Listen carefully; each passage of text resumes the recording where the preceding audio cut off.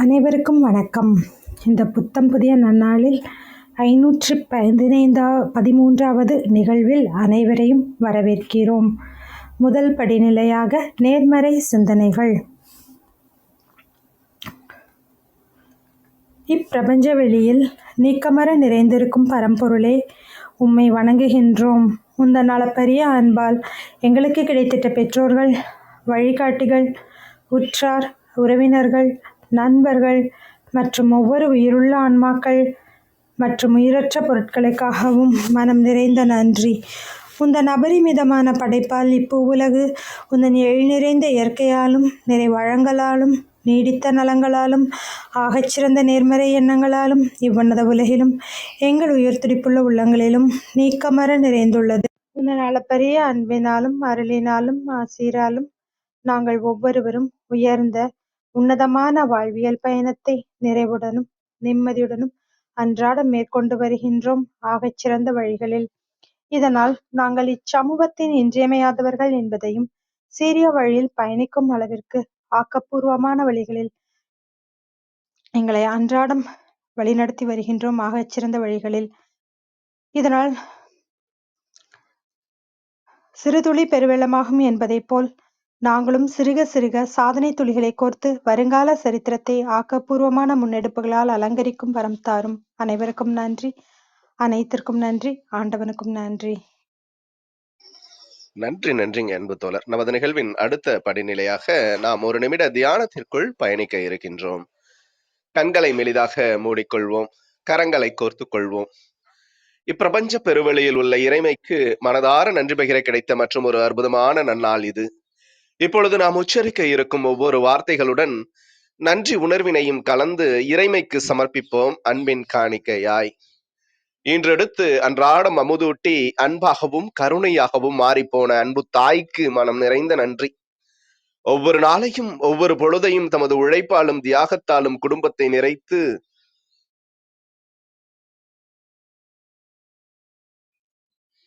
அறிவாகவும் ஆற்றலாகவும் மாறிப்போன அன்பு தந்தைக்கு மனம் நிறைந்த நன்றி.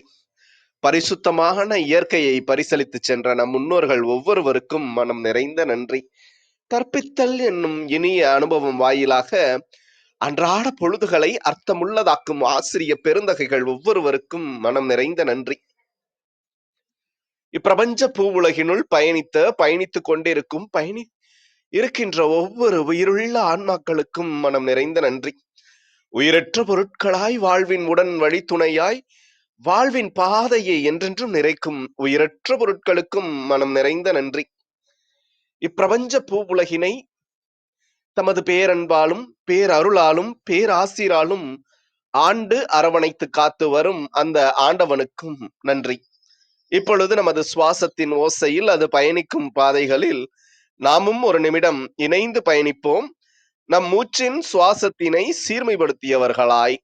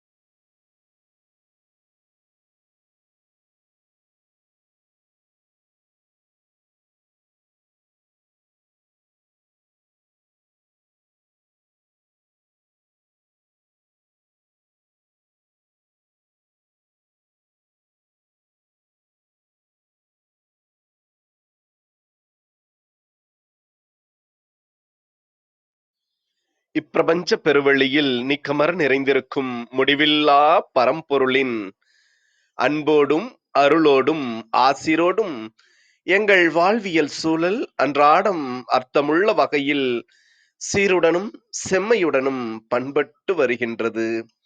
இதனால் இச்சமூகத்தின் சீரிய சிறந்த முன்மாதிரிகளாக நாங்கள் திகழ்வதோடு நில்லாமல் பல்வேறு சாதனைகளையும் அதன் வாயிலாக சரித்திரங்களையும் படைக்கும் அற்புத படைப்பாளிகளாக பரிணமிப்போம்.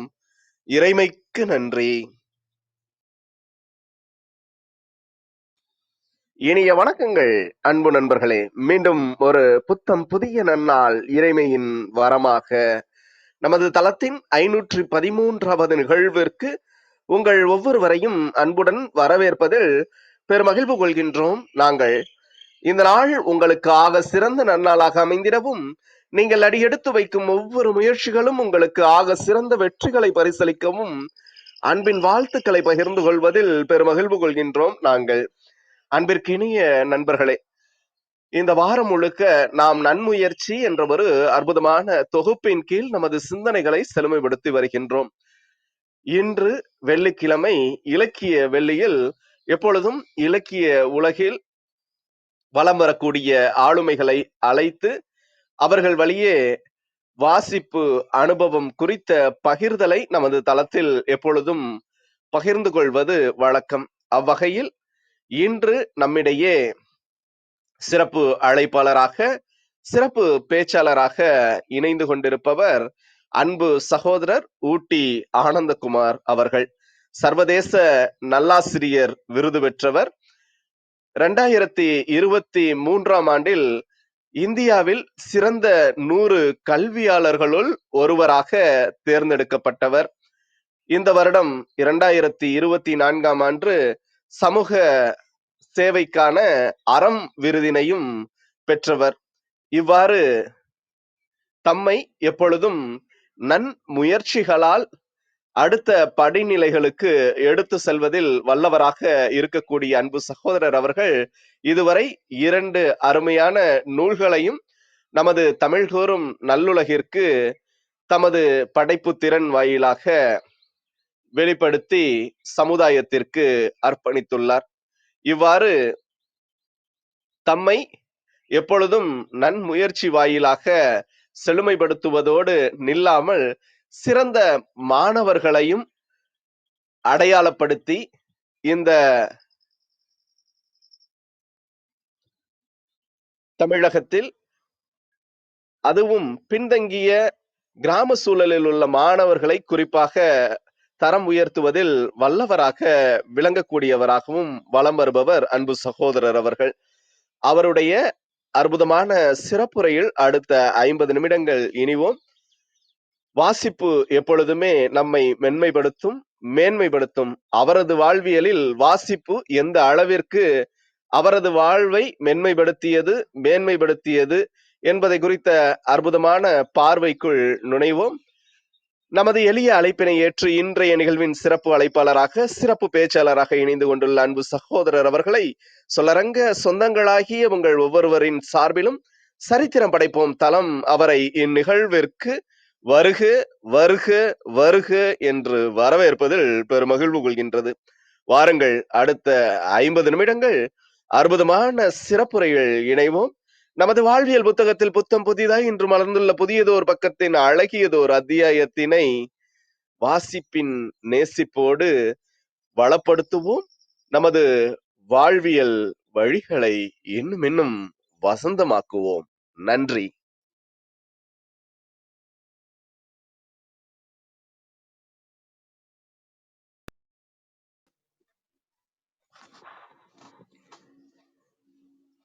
அனைத்து சொந்தங்களுக்கும் மிக அருமையான காலை வணக்கம்.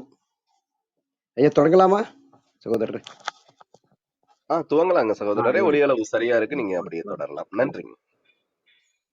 இன்றைய நாள் ஒரு ஆகச்சிறந்த நாளாக, ஒரு எல்லாருக்குமே இன்பம் தரும் நாளாக, புகழ் தரும் நாளாக, செல்வம் தரும் நாளாக, கல்வி தரும் நாளாக, ஞானம் தரும் நாளாக, எல்லாமே வெற்றி தரும் நாளாக அமையட்டும் என்று சொல்லி எல்லா வல்ல இறைவனை பிரார்த்திட்டு, இப்போ இன்றைய தலைப்பு இந்த நன்முயற்சி இந்த தொடரிலே வாசிப்பை பத்தி மிக அருமையான ஒரு தலைப்பு சகோதரர் நம்ம கொடுத்துருக்கீங்க. மிக்க மிக்க நன்றி.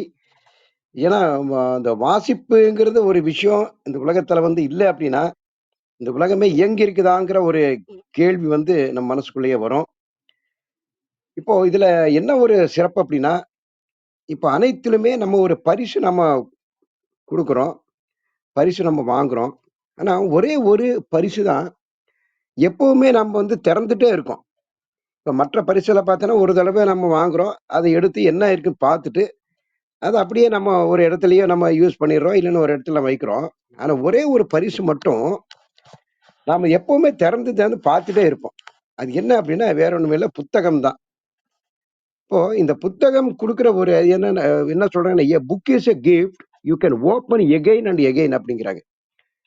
அப்போ ஒரே ஒரு இந்த ஒரு பரிசு தான் நம்முடைய வாழ்நாள் முழுவதுமே நம்ம இந்த திறந்து திறந்து பார்க்கக்கூடிய ஆர்வத்தோட பார்க்கக்கூடிய வந்து ஒரு பரிசு என்னன்னா, இந்த புத்தகம்.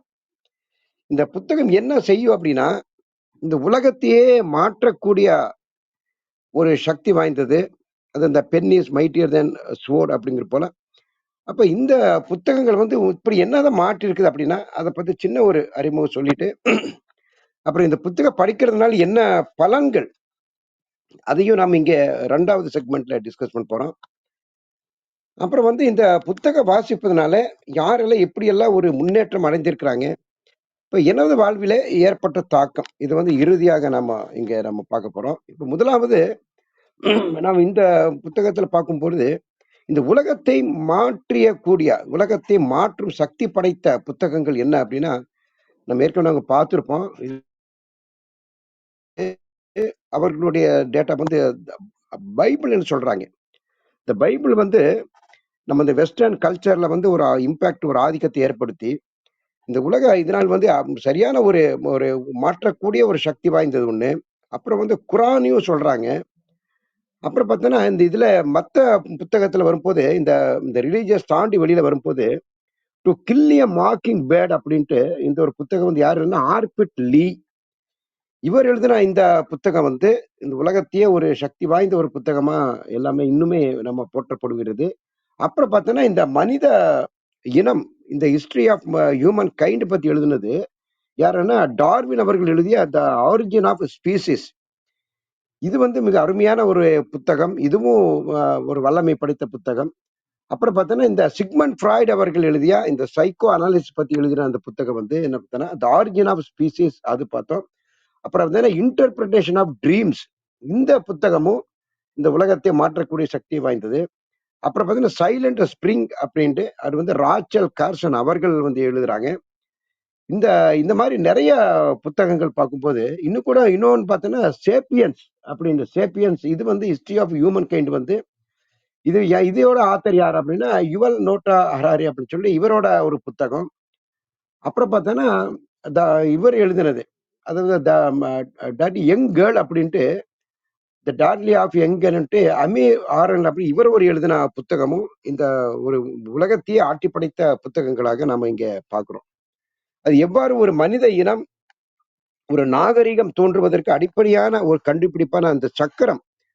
ஏன்னா ஆரம்பத்துல நம்ம மனித நாகரிகம் நம்ம வளர்ச்சி அடைந்து கொள்ளும்போது, எதற்கு பிறகு வந்து மனித அந்த இனம் அந்த வளர்ச்சி அடைஞ்சது அப்படின்னா, அந்த அந்த இன்வென்ஷன் ஆஃப் வீல் அறிவியல் உலகத்துல. அதே போல இந்த புத்தகங்களும் அந்த மனிதனுடைய நாகரிகமாகட்டும், இல்ல அவன் வாழ்க்கை முறையையே வந்து எடுத்திருந்த புத்தகம். சரி இப்ப எழுதிடுறாங்க. ஒரு நூலாசிரியர் வந்து எழுதுறாரு, புத்தகம் இருக்குது. நூலகத்துல இருக்குது, வீட்ல இருக்குது. அது எப்படி மாற்றம் கொண்டு வரும் அப்படின்னா, இந்த மாரி வாசிப்புனால தான் முடியா? இப்போ நம்மகிட்ட ஒரு பொருள் குடுத்துடுறாங்க. அந்த பொருள் வந்து நம்ம பத்திரமா வச்சுட்டே இருக்கிறோம். அத வந்து நம்ம பயன்படுத்தாமயே வச்சுட்டு இருந்தோம்னா, அந்த பொருளோட அந்த உபயோகம், அந்த பொருளை வந்து நாம அனுபவிக்கின்ற அந்த நேரம் எல்லாமே வீணா போயிரும்.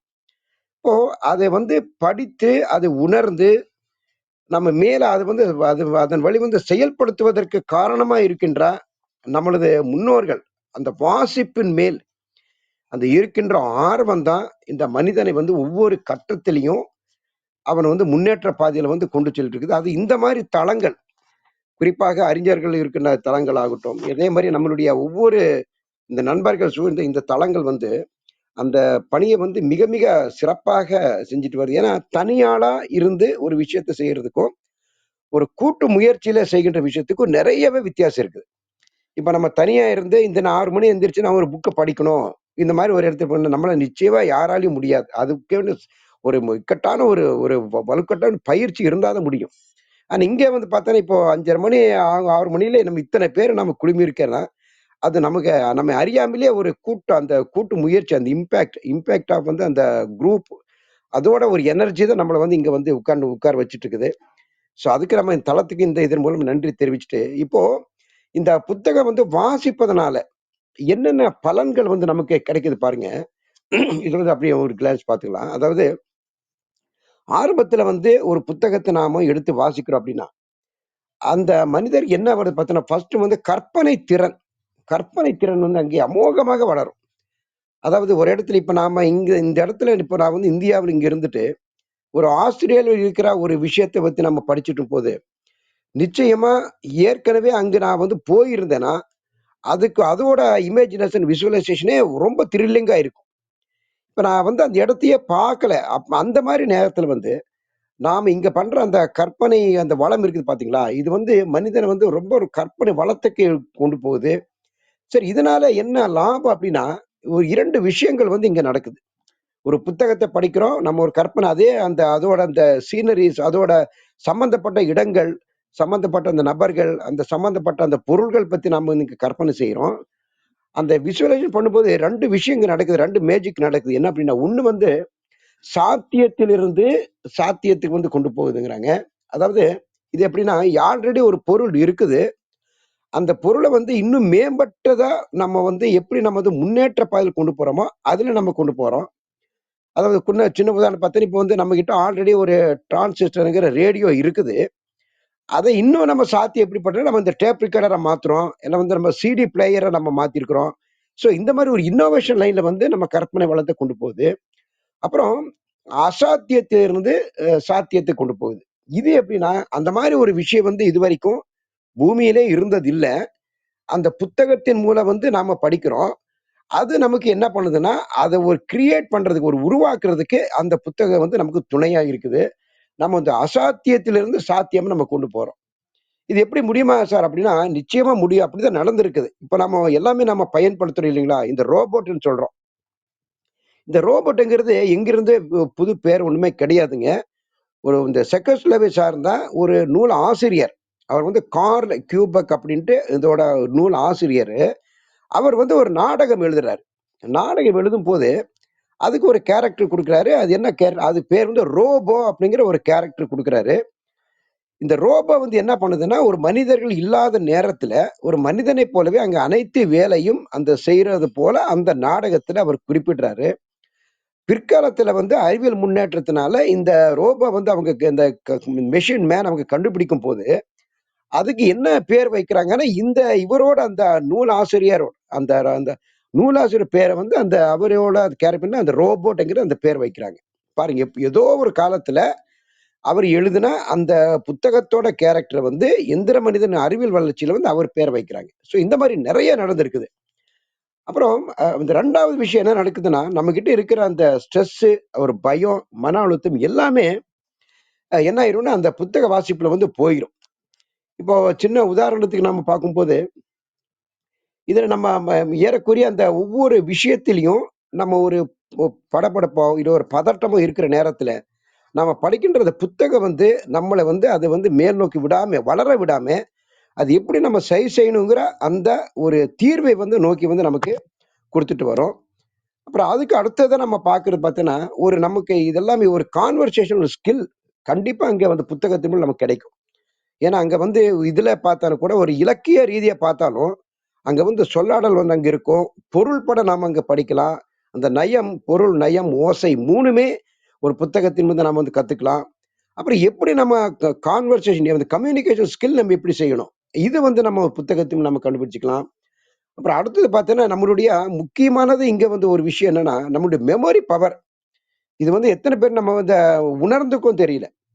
அது எந்த அளவுக்கு நம்ம புத்தக வாசிப்பை ஆழமாக்குறோமோ, அந்த அளவு வந்து நம்முடைய மெமரி பவர் வந்து அது வந்து நிச்சயமா வேலை செய்யுது. அப்போ இதுக்கு உதாரணம் எடுக்கும்போது, இதுல வந்து சின்ன ஒரு ஒரு ரிசர்ச் ஒரு ஆய்வு பண்றாங்க. என்ன ஆய்வு பண்றாங்கன்னா, ஒரு யுனிவர்சிட்டியில வந்து அந்த அந்த ரூமிங்கிற யுனிவர்சிட்டியில வந்து ஒரு ஆய்வு பண்றாங்க. இப்போ ஒரு 20 மாணவர்களுக்கு வந்து எடுத்து, அவங்க வந்து தினமும் என்ன பண்றாங்க, படிக்கிறதுக்காக அவங்களுக்கு புத்தகம் குடுக்குறாங்க. மீதி 20 மாணவர்கள் வந்து அவங்க எந்த வித படிப்பு இல்ல. அவர்களுடைய அன்றாட வாழ்க்கையில வந்து அவங்க இருப்பாங்க. அப்புறம் ஒரு குறிப்பிட்ட ஒரு நாள், ஒரு 40 நாட்கள் கழித்து, அவங்களுடைய அந்த மெமரி பவர் வந்து செக் பண்றாங்க. அதுல செ அவங்க செய்யும்போது, அந்த ரெகுலரா படிச்ச அந்த 20 மாணவர்களோட அந்த ஞாபக திறன் வந்து அவங்க அதிகரிப்பத அவங்க பார்க்குறாங்க. அதுல இருந்து இது வந்து ஒரு அதிகாரப்பூர்வமா வெளியிடுறாங்க. இந்த புத்தக படிப்பதனால் இருக்க நம்ம நினைவு ஆற்றல் எந்த அளவுக்கு வருது அப்படிங்கிறது. அப்புறம் பார்த்தீங்கன்னா, நம்ம அனலிட்டிக்கல் ஸ்கில்ஸ். நம்ம எப்படி வந்து நம்ம பகுத்து ஆய்ந்து எந்த இந்த விஷயத்துல என்ன செய்யணும்? இந்த மாரி ஒரு பிரச்சனை வரும்போது எப்படி நம்ம அணுகலாம்? இது ஒரு அனலிட்டிக்கல் ஸ்கில் வந்து இந்த வாசிப்பின் மூலம் நமக்கு வருது. அப்புறம் பார்த்தீங்கன்னா, ரைட்டிங் ஸ்கில். நம்ம எந்த அளவுக்கு நாமோ ஆ கேட்கிறோமோ, அந்த அளவுக்கு நம்மளால பேச முடியும். எவ்வளோ நம்ம லிசன் பண்றோமோ, அவ்வளோ நம்ம நம்ம வந்து பேச முடியும். எந்த அளவு நாமோ படிக்கிறோமோ, அந்த அளவுக்கு நம்மனால எழுத முடியும். அப்போ அந்த எந்த அளவு நம்ம படிக்கிறோமோ, அந்த அளவுக்கு நம்மளால வந்து இந்த ரைட்டிங் ஸ்கில் வந்து நம்மள அறியாமலேயே நம்ம வந்து இம்ப்ரூவ் ஆயிட்டு வரோம். அப்புறம் எல்லாத்துக்கும் மேல இப்போ இருக்கின்ற அனைத்து நம்மளுடைய ஏறக்குறைய ஒரு 10ல ஒரு 6 பேர் இப்ப என்ன ஒரு பிரச்சனையில நம்ம இருக்காங்கன்னா, அவங்க வயது வித்தியாசமின்றி இந்த தூக்க பிரச்சனை. இது வந்து இப்போ நம்ம அன்றாட இதுல நம்ம ஒவ்வொரு நாளும் நம்முடைய பணியிலே இருக்கின்ற லாப நஷ்டங்கள நினைக்கிறோம். நம்முடைய இன்பத் துன்பங்கள நினைக்கிறோம். இல்ல சுற்றுச்சூழல் நினைக்கிறோம். இந்த உறவினர்கள் நினைக்கிறோம். இதெல்லாம் நினைச்சு என்ன பண்ணுது நமக்கு, இந்த தூக்கமே இல்லாம போயிருது. இப்ப நெறைய பேர் வந்து தூக்க மாத்திரைய சாப்பிடலன்னா, அன்று இரவு வந்து அவங்களால நிம்மதியா தூங்க முடியாத ஒரு வாழ்க்கை சூழல்ல நாம இருந்துட்டு இருக்கிறோம். இப்போ இந்த நல்ல ஒரு புத்தகம் வந்து ஒரு best medicine for the sleep. நல்லா வந்து என்ன ஒரு தூக்கத்த வந்து கொண்டு போகுது. அப்புறம் இந்த மாரி ஒரு இந்த சின்ன சின்ன விஷயங்கள் வந்து இந்த புத்தகம் படிக்கிறதுல வந்து நெறைய நம்ம இங்க பார்த்துட்டு வர்றோம். இப்போ இதுல ஒரு முக்கியமானது நம்ம இந்த இதுல நம்ம இதுல பார்க்கும் இந்த மெமரி பத்தி பார்க்கும்போது, இப்போ அதுக்கு முன்னாடி பார்த்தீங்கன்னா, இந்த புத்தகத்துல வந்து 2 வகையான புத்தகம் நம்ம பார்க்குறோம். ஒண்ணு வந்து நம்ம ஃபிக்ஷன் பார்க்குறோம். இன்னொன்னு வந்து நான் ஃபிக்ஷன் புத்தகம் பார்க்குறோம். இப்போ இந்த ஃபிக்ஷன் புத்தகங்கிற வந்து இப்ப அண்மையில பார்த்தீங்கன்னா, ஒரு அருமையான ஒரு நல்ல ஒரு வேலை செய்யுது. அது என்ன அப்டின்னா, நம்மகிட்ட அந்த ஒரு கருணை வந்து உள்ளத்தை வந்து நமக்கு வந்து கொண்டு வந்து சேர்க்குது. இப்போ அண்மையில உதாரணத்துக்காக இந்த சின்ன ஒரு ஏதோ ஒரு ரெஃபரன்ஸ்க்காக நான் ஒரு சின்ன ஒரு புத்தகத்த பார்க்கும்போது, ஒரு கதை வந்து அங்க பட்டுச்சு. அது என்ன கதை அப்டின்னா, அது வந்து நம்ம எஸ்ரா அவர்களுடைய நம்ம கதைங்க. ஆ இந்த கதையில என்ன என்ன வருதுன்னா, ஒரு நல்ல ஒரு ஒரு ஒரு பிரபலமான ஒரு எழுத்தாளர் இருக்கிறாரு. எழுத்தாளர் கீழ வந்து அந்த வேலை செய்ற அவருடைய உதவியாளர். அவர் வந்து அங்கே வேலை செஞ்சுட்டு இருப்பாரு. அப்புறம் அந்த எழுத்தாளர் வந்து வேற ஊருக்கு வந்து மாற்றலாகி போறாரு. அப்புறம் அந்த உதவியாளர்கிட்ட வந்து இவரு என்ன சொல்றாருன்னா, சரிப்பா எனக்கு உனக்கு வேலை இவனுக்கு வந்து இல்ல நான் போறேன் உனக்கு வந்து வேலை குடுக்குறதுக்கு. வேற எனக்கு தெரிஞ்ச ஒரு எழுத்தாளர் வந்து வேற ஊர்ல இருக்கிறாரு. நீ அவர்கிட்ட போய் வேலை செய்யணும்னு சொல்லி ஒரு லெட்டர்ல எழுதி அவருடைய குடுத்துட்டு, அவர் வந்து வெளியூர் போயிறாரு. அந்த எழுத்தாளர் வந்து அவர அவருக்கும் சொல்லிருவாரு. தகவல் சொல்லிட்டு அவர் போறாரு. இவரு என்ன பண்ணுவாருன்னா, அந்த லெட்டர வந்து எடுத்துட்டு, நேரா அவருடைய அந்த எழுத்தாளர் நோக்கி போறாரு. அவர் வந்து நெறைய ஃப்ளாட்ல வந்து 3வது மாடியில வந்து அவர் இருப்பாரு. போன உடனே பார்த்தோனே, அவரு அப்பதான் அவசரமா புறப்படுறாரு. புறப்பட்ட உடனே, இந்த மாரி விஷயம் சொன்னேன். "சரிப்பா நீ இங்க வெயிட் பண்ணு. நீ வந்து இன்னைக்கு இல்ல. நான் ஒரு அவசரமா வெளியில போயிட்டு இருக்கிறேன். ஒரு மீட்டிங் அங்க போணும். நாளைக்கு வந்துருன்னு" சொல்லிட்டு அவரு என்ன பண்றாருன்னா, இவர அனுப்பிடுறாரு. இவரு என்னன்னு ஏதுன்னு கூட கேட்கறதில்ல. யாருன்னு அவருக்கு தெரியல. விசாரிக்கல போயிடுறாரு. போறாரு. இவரு அடுத்த நாள் அந்த அந்த இவரு வருவாரு. அந்த நபர் வந்த உடனே இன்னைக்கு பார்க்கும்போது என்னன்னா, உள்ள வந்து ஆளுங்க நெறைய பேசிட்டு இருக்கிறாங்க. ஏதோ ஒரு புக் விஷயமா பேசிட்டு இருக்கிறோம். அவர கொஞ்சம் வெயிட் பண்ண சொல்லி பார்க்குறாரு. அவரு வெளியில நிக்கிறத அவரோட அந்த பழைய இதுல வந்து அவரோட அந்த வேலை நேரத்துல சுத்தமாவே மறந்துடுறாரு. மறந்த உடனே இவர் வந்து அந்த நேரத்துல நின்னுட்டு சரி கொஞ்ச நேரம் இவ்வளவு நேரம் நின்னாச்சே ரொம்ப பசிக்குதுன்னு சொல்லிட்டு சாப்பிட வெளிய போறாரு. அந்த நேரத்துல இவர் வந்து வெளிய கிளம்பி போயிடுறாரு. அப்ப 2வது நாளும் அங்கே வீணா போயிருது. 3வது நாளும் காலையில வர்றாரு. வந்த உடனே அவருக்கு அந்த அந்த எழுத்தாளர் வீட்ல வந்து சின்ன ஒரு ஒரு விசேஷம் ஒரு நடக்குது. அதற்காக அலுவலகத்த வந்துட்டு, இவர் மறுபடியும் இவர பார்க்காம பூட்டிட்டு போயிறாரு. இதே 3வது நாள் போயிருச்சு. 4வது நாள் வந்து இவங்க போயிட்டு வர்றாரு. வரும்போது, இதே அவரு ஆபீஸ் போயிட்டு வந்து காலையில ஒரு 8, 9 மணிக்கு வருவாரு. வந்த உடனே பார்த்தோன்னா, எல்லாமே அந்த அவருடைய அந்த ஃப்ளாட் பத்தி எல்லாமே அந்த கீழ்த்தளத்துல கூட்டமா இருக்கும். என்னன்னு பார்க்கும்போது நேரா போனா ஒரு ஆள் வந்து பார்த்தோன்னா, மேல வந்து ஒரு தற்கொலை பண்ணிட்டு மேல வந்து கீழ வந்து இருக்கிறாரு. தற்கொலையில அதுல பாடி எடுத்துட்டு எல்லாமே இருக்கிறாங்க. அப்புறம் பார்க்கும்போது இவருக்கு அந்த எங்கேயோ பார்த்த மாரி அவருக்கு ரொம்ப ஏதோ ஒரு உணர்ச்சி வூட்டு மாரி தெரியுது. அப்புறம் எடுத்து பார்க்கும்போது, அப்புறம் அங்க உள்ள கீழ இருக்க சொல்றாங்க யாருன்னா, யாரோ ஒரு எழுத்தாளர் பார்க்கறதுக்காக மேல வந்திருக்கிறாரு. வேலை கேட்டு வந்திருக்கிறாரு பாவம். அவருக்கு வந்து அந்த எழுத்து 2, 3 மாசமா அவருக்கு வேலை இல்ல. அந்த வேலை இல்லாதனால வந்து பாக்கெட்ல வந்து எந்த ஆதாரமும் இல்ல. ஒரே ஒரு கடிதம் மட்டும் இருக்குதுன்னு சொல்லி எடுத்து குடுக்குறாங்க. இவர் வந்து அந்த கடிதத்த பார்க்கிறாரு. அந்த கடிதம் வந்து இவருடைய நண்பரால் எழுதி, இவர்களுடைய வேலையில சேர்வதற்காக குடுத்தப்பட்ட ஒரு சிபாரிசு கடிதம். அந்த கடிதத்த பார்த்த உடனே இவர் வந்து மண்டையில அப்படியே அடிச்சு இவரு ரொம்ப ஒரு மாதிரி ஆயிடுறாரு. அவர் கண்ல அவ்வளோ தண்ணி வருது. ஏன்னா, இந்த மனுஷன வந்து ஒரே ஒரு முறை நான் வந்து என்னான்னு கேட்டிருந்தேன்னா, ஒரு உயிர வந்து என்னால வந்து காப்பாத்தியிருக்கலாம். இப்போ இந்த மாதிரி தான் நெறைய நம்ம வாழ்க்கையில வந்து நடக்குது. அதாவது நம்ம நம்ம பரபரப்பு நம்ம நெனைக்கிறோம்.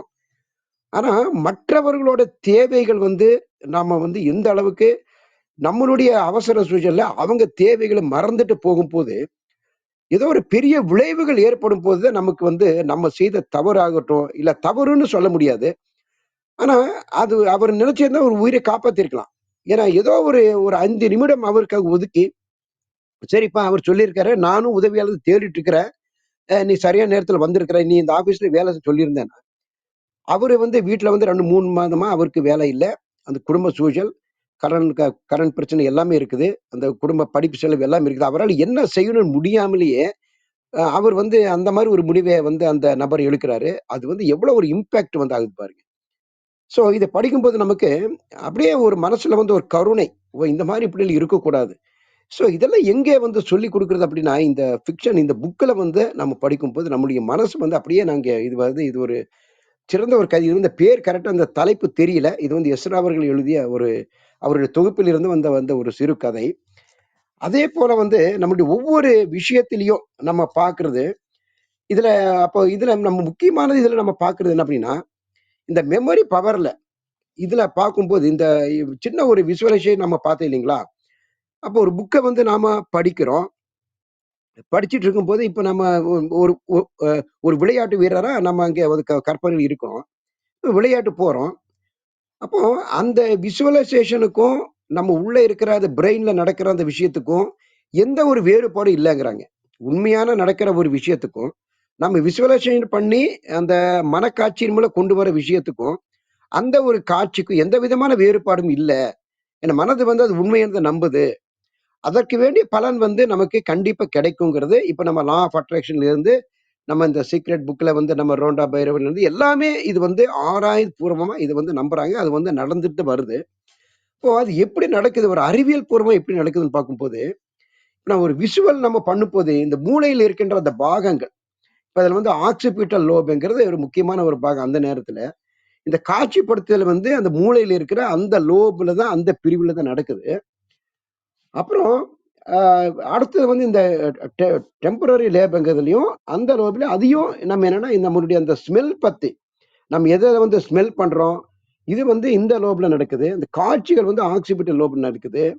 இப்போ நீங்க சின்ன இப்போ இப்போ உதாரணம் வந்து நம்ம ஒரு இப்ப சின்ன ஒரு பிராக்டிஸ் பண்ணலாம். இப்ப என்னன்னா, எல்லாமே ஒரு நிமிஷம் கண்ண மூடிட்டு, இப்ப சின்ன நான் ஒரு கதையா நான் வந்து சொல்லிட்டு வர்றேன்.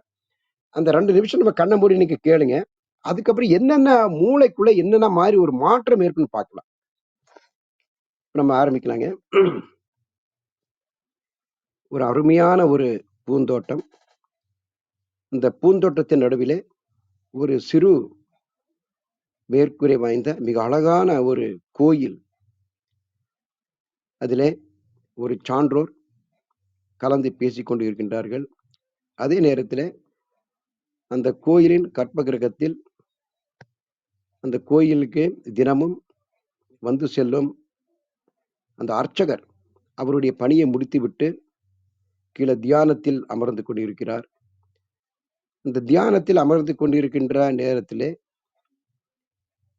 மல்லிகைப்பூ வாசம் அவரது ஆழ்ந்த கண் மூடி தியானத்திலும் அந்த மல்லிகைப்பூ வாசம் வந்து அவருடைய நாசி துவாரத்து வழியே சென்று அவர் மனதுக்குள் ஏதோ ஒரு கலக்கத்தை, ஒரு ஒரு விருப்பமில்லாத ஒரு கலக்கத்தை வந்து அங்கே ஏற்படுத்துகிறது. இவர் தியானத்தில் இருக்கிறார். கண்களை திறக்கலாமா? அது யார் என்று பார்க்கலாமா?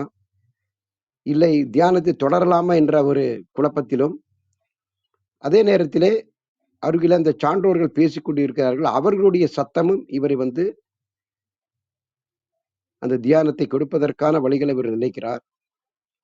ஆனா சற்று நேரம் இருந்தவுடன் அந்த பூவின் வாசனையும் சென்ற அந்த பூசைக்காக வந்த அந்த அந்த பெண்மணி அவரும் சென்று விடுகிறார்கள்.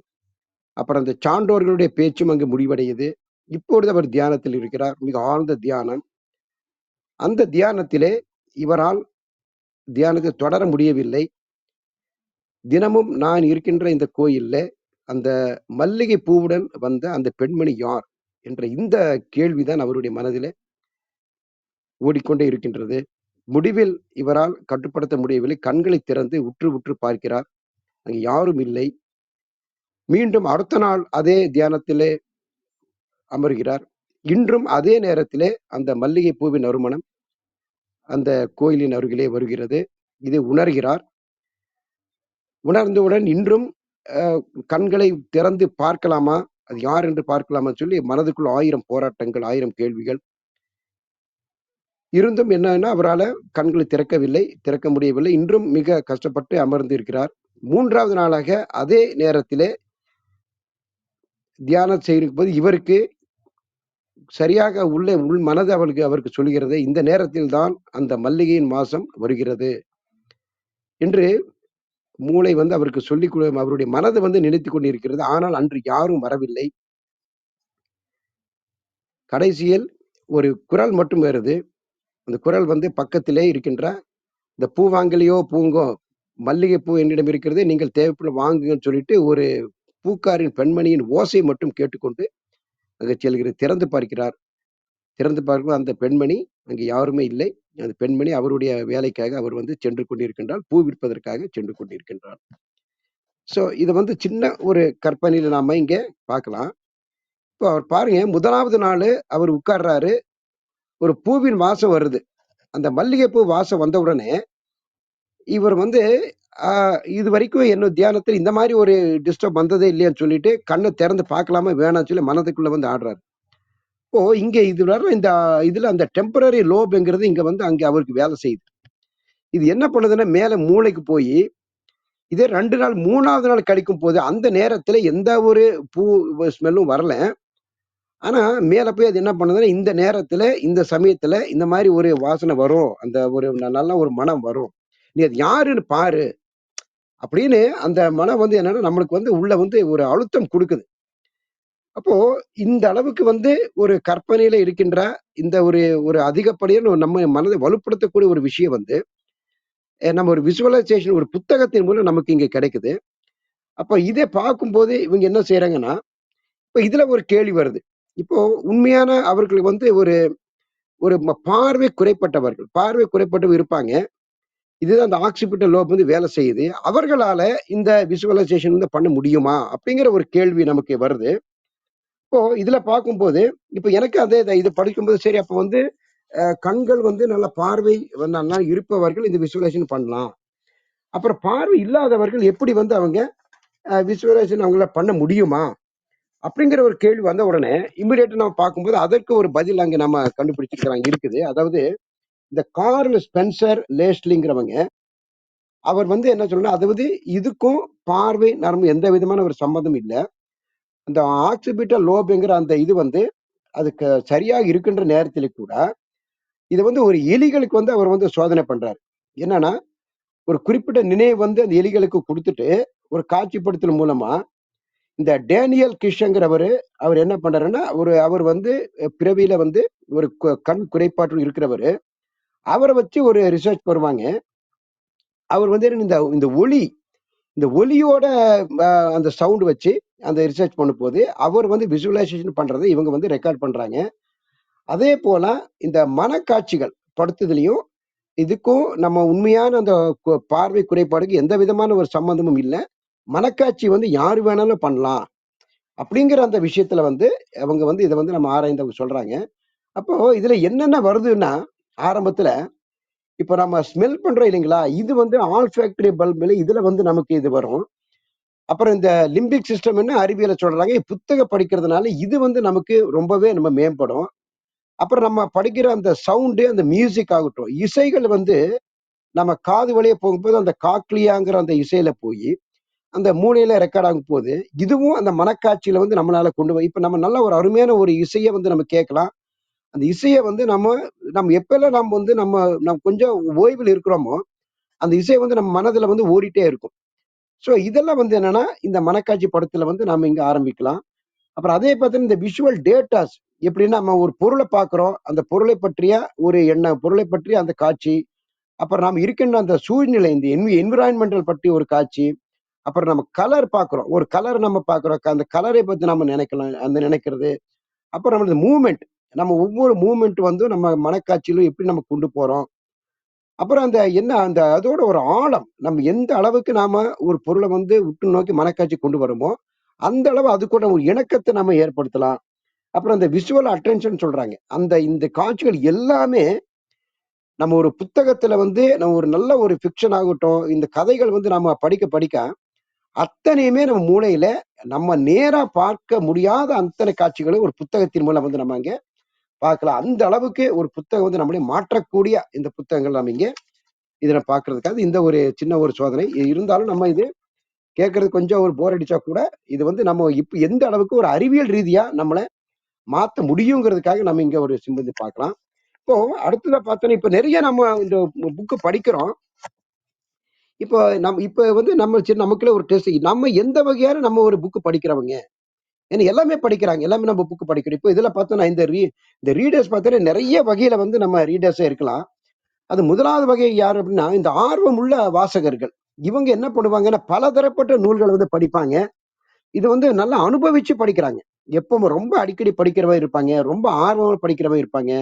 2வது வகை வாசகர்கள் வந்து பார்த்தீங்கன்னா, சாதாரண வாசகர்கள். இவங்க எப்பாவது ஒரு ஓய்வு கிடைக்கும் போதோ, இல்ல பொழுதுபோக்கிற்காக படிக்கிறவங்க இந்த சாதாரண வாசகர்கள்.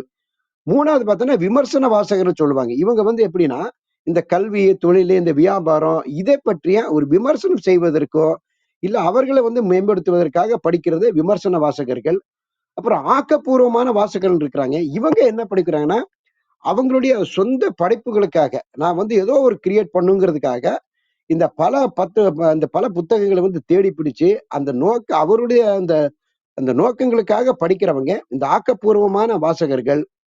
அப்புறம் பார்க்கறது இப்ப இவ்வளவு நேரம் நம்ம பிராக்டிஸ் பண்ணி எம்பத்தட்டிக் ரீடர்னு சொல்லுவாங்க. அதாவது மற்றவர்கள் அந்த புத்தகங்களை பார்த்து கதாபாத்திரங்கள் மாறி அந்த கதாபாத்திரங்களுக்கு வேண்டிய அந்த உணர்ச்சிகளையும் இவங்க வந்து மேற்கொண்டு அத நான் அனுபவிச்சு படிக்கிறவங்க. இப்ப உதாரணம் பார்த்தீங்கன்னா, இந்த பொன்னியின் செல்வன் நாடகம் எடுக்கலாம். அப்புறம் கல்கின்னு பார்த்தீங்கன்னா, பார்த்திபன் இதெல்லாம் வந்து ரொம்ப அந்த காலத்துல வந்து பார்த்திபன் கனவு இதெல்லாம் வந்து ஒரு காலத்துல வந்து அந்த அளவு நம்ம இன்னுமே நான் படிச்சுக்கிற அந்த இது. அது இந்த மாரி அந்த ரீடர்ஸ் வந்து அந்த கதை பாத்திரம் மூலமே போயி, அவர்கள பற்றி ஒண்ணு கேட்டா கூட அந்த அளவு அந்த சொல்ற அளவுக்கு அவங்க வந்து எம்பத்தட்டிக் ரீடரா இருப்பாங்க. அப்புறம் இப்ப வந்து மேக்ஸிமம் பார்த்தீங்கன்னா, இந்த எஸ்கேபிசம் ரீடர் அப்படிங்க. அதாவது என்னன்னா, நமக்கு வேண்டிய கவலை, ஒரு மன அழுத்தம் ஒரு டெம்பரவரியா அங்கிருந்து ஒரு ரிலீஃப் ஆகுறதுக்காக இந்த புஸ்தகம் படிக்கிறவங்க இருக்கிறாங்க. அப்புறம் வந்து இன்ஃபார்மேட்டிவ் ரீடர்ஸ். இவங்க வந்து ஒரு தகவல்களை பரிமாறுவதற்காக. இப்ப பெரிய அந்த டிவில பார்த்து ஒரு டிபேட் நடக்குது, ஒரு டேட்டா நடக்குது, ஒரு ஸ்டாட்டிஸ்டிக் இந்த பட்டிமன்றத்துல பேசுறவங்க. இவங்க என்னன்னா இந்த மாரி விஷயத்த வந்து படிச்சுட்டு ஒரு தகவலுக்காக அந்த புத்தகங்கள வந்து படிச்சு போறவங்க இருக்கிறாங்க. அப்புறம் பார்த்தீங்கன்னா, ஒரேஷியஸ் ரீடர் அப்படிங்கிறாங்க. இவங்க வந்து என்ன செய்வாங்கன்னா, அவங்களுடைய சுய முன்னேற்றம், ஒரு பெர்சனல் குரோத்துக்காக படிக்கிறவங்க. அவங்களுடைய முன்னேற்றத்தை படித்து இந்த சமுதாய முன்னேற்றத்திற்காகவும் படிக்கிறவங்க இவங்க வந்து ஒரேஷியஸ் ரீடர்னு சொல்லுவாங்க. அப்புறம் அடுத்தது பார்த்தோன்னா இந்த புது புது ஐடியாவுக்காக இந்த ரிசர்ச் ஸ்டூடெண்ட்ஸுங்க இதை என்ன மாதிரி பண்ணலாங்கிற பையன் வந்து அந்த ரிசெப்டிவ் ரீடர்னு சொல்லுவாங்க. இவங்க வந்து புது ஐடியா வந்து எப்படி இந்த இதுல இருந்து எப்படி நம்ம எடுக்கலாம், என்னென்ன மாதிரி ஒரு புத்தகத்தின் மூலமா புது டெக்னாலஜி வந்து நம்ம வந்து இந்த சமுதாயத்தை புகுத்தலாங்கிறவங்க இந்த ஒரு நோக்கத்துக்காக படிக்கிறவங்க. அப்புறம் பார்த்தோன்னா ஒரு நம்ம இந்த மூட நம்பிக்கைகள் இதெல்லாம் இதெல்லாம் வந்து நமக்கு எனக்கு பிடிக்காது.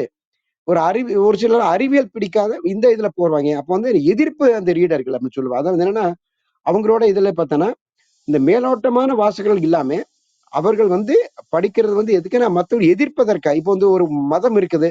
இந்த மதம் சார்ந்த விஷயங்கள்ல அவங்க நம்பிக்கை இல்லைன்னா, அதற்காகவே தேடி பிடிப்பாங்க. இந்த இதே குறிப்பிட்ட ஒரு விஷயத்த எப்படி நம்ம எதிர்த்து போராடணும்? அதற்கான ஒரு விஷயம் என்ன இருக்குதுன்னு சொல்லி தேடி தேடி கண்டுபிடிப்பவங்க.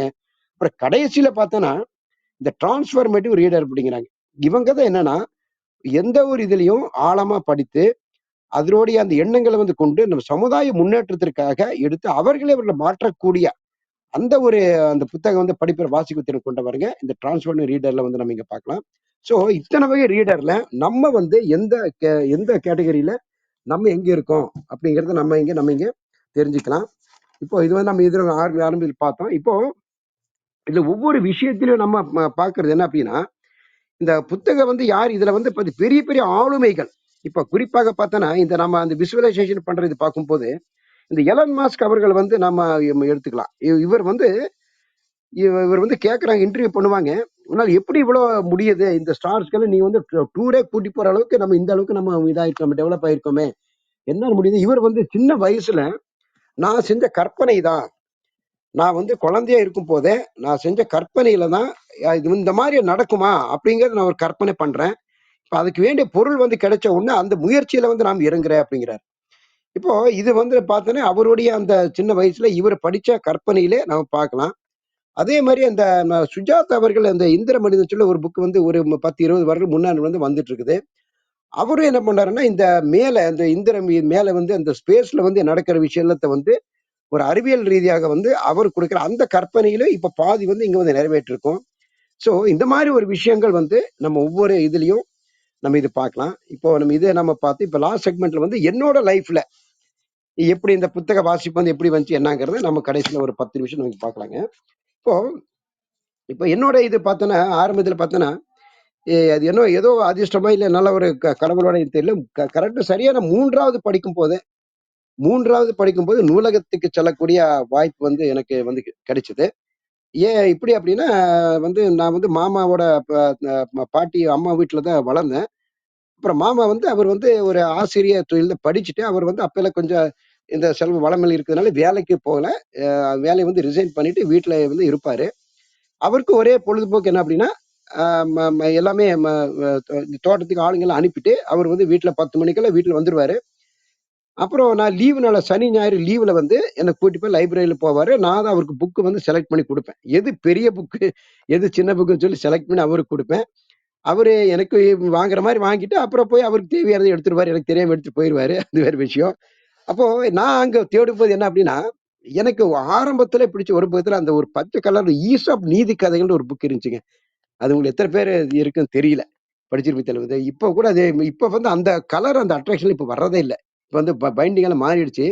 அதுல வெறும் கார்ட்போர்ட் பைண்டிங் இந்த மாதிரி அந்த கேலிக்கும் பிரிண்டிங்களோ இல்ல அந்த அந்த அந்த பாலிஷ்டோ இந்த மாதிரி அந்த லேமினேஷன் டைப்ல ஒண்ணுமே இல்ல. வெறும் கார்ட்போர்டு தான்.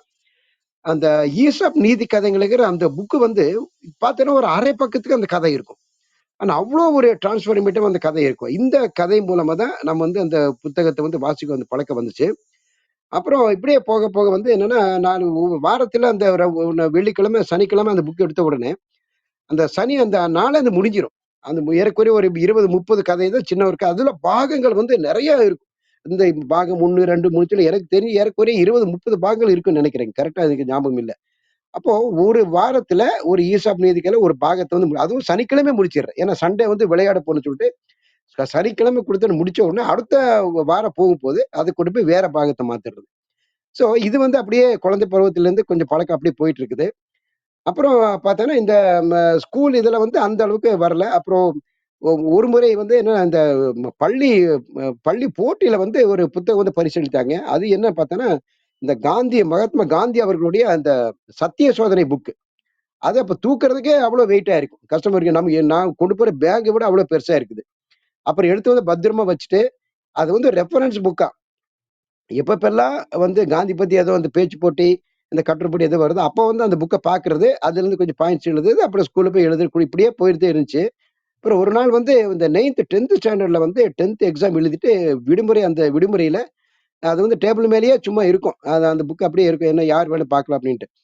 அப்புறம் அத வந்து ஏறக்குறைய ஒரு பாதி அளவுக்கு அத படிச்சேன். உண்மையிலே படிக்க படிக்க அப்படியே என்ன அறியாமலே அந்த கண்கள் வந்து தண்ணீர் வந்து அந்த அளவுக்கு வருது. அப்ப இப்படியெல்லாம் இருந்திருக்காங்களான்னு சொல்லி அந்த 10த்லயே அந்த அளவு ரொம்ப ஃபீல் பண்ணேங்க. அப்புறம் அது முடிச்ச அப்புறம் வந்து 11த், 12த்ல போகும்போது என்னாச்சுன்னா, கரெக்ட்டா நாங்க வந்து டவுன்ல போகணும். டவுன்ல போனோம்னா பஸ் வந்து பார்த்தோன்னா, அந்த ரூ. 2 அந்த ரூ. 2 ரூ. 1.80 குடுத்தேன்னா, அந்த ஒரு 20 கிலோமீட்டர்ல அப்ப வந்து நம்ம பஸ்ல போயிடுறோம். ஸ்கூலுக்கு ஊட்டி டவுனுக்கு போவோம். போயிட்டு வந்தேன்னா ஏறக்குறைய ஒரு 50 பைசா 60 பைசா மீதி இருக்கும். அந்த 50 பைசால என்ன வாங்குறேன், கடையில வந்து அந்த பீரியட்ல வந்து அது நான் சொல்றது 1991லங்க. அப்ப என்ன ஆகும்னா, இந்த முத்தாரம்ன்ட்டு புக் இருக்கும். முத்தாரம்ங்கிற புக் கிடைக்கும். அப்புறம் கல்கண்டுங்கிற புக் கிடைக்கும். அது வந்து ஒரு 50 பைசா தான். அந்த கல்கண்டுங்கிற அந்த புக் வந்து எடுத்தாலேயே எல்லாமே சின்ன சின்ன பாயிண்ட் எல்லாமே வந்து இன்ஃபர்மேஷன் மாரி எல்லாம் இருக்கும். இது ஆஸ்திரேலியா என்ன நடந்தது, இது சின்ன ஒரு ஒரு 4 லைன் தான்.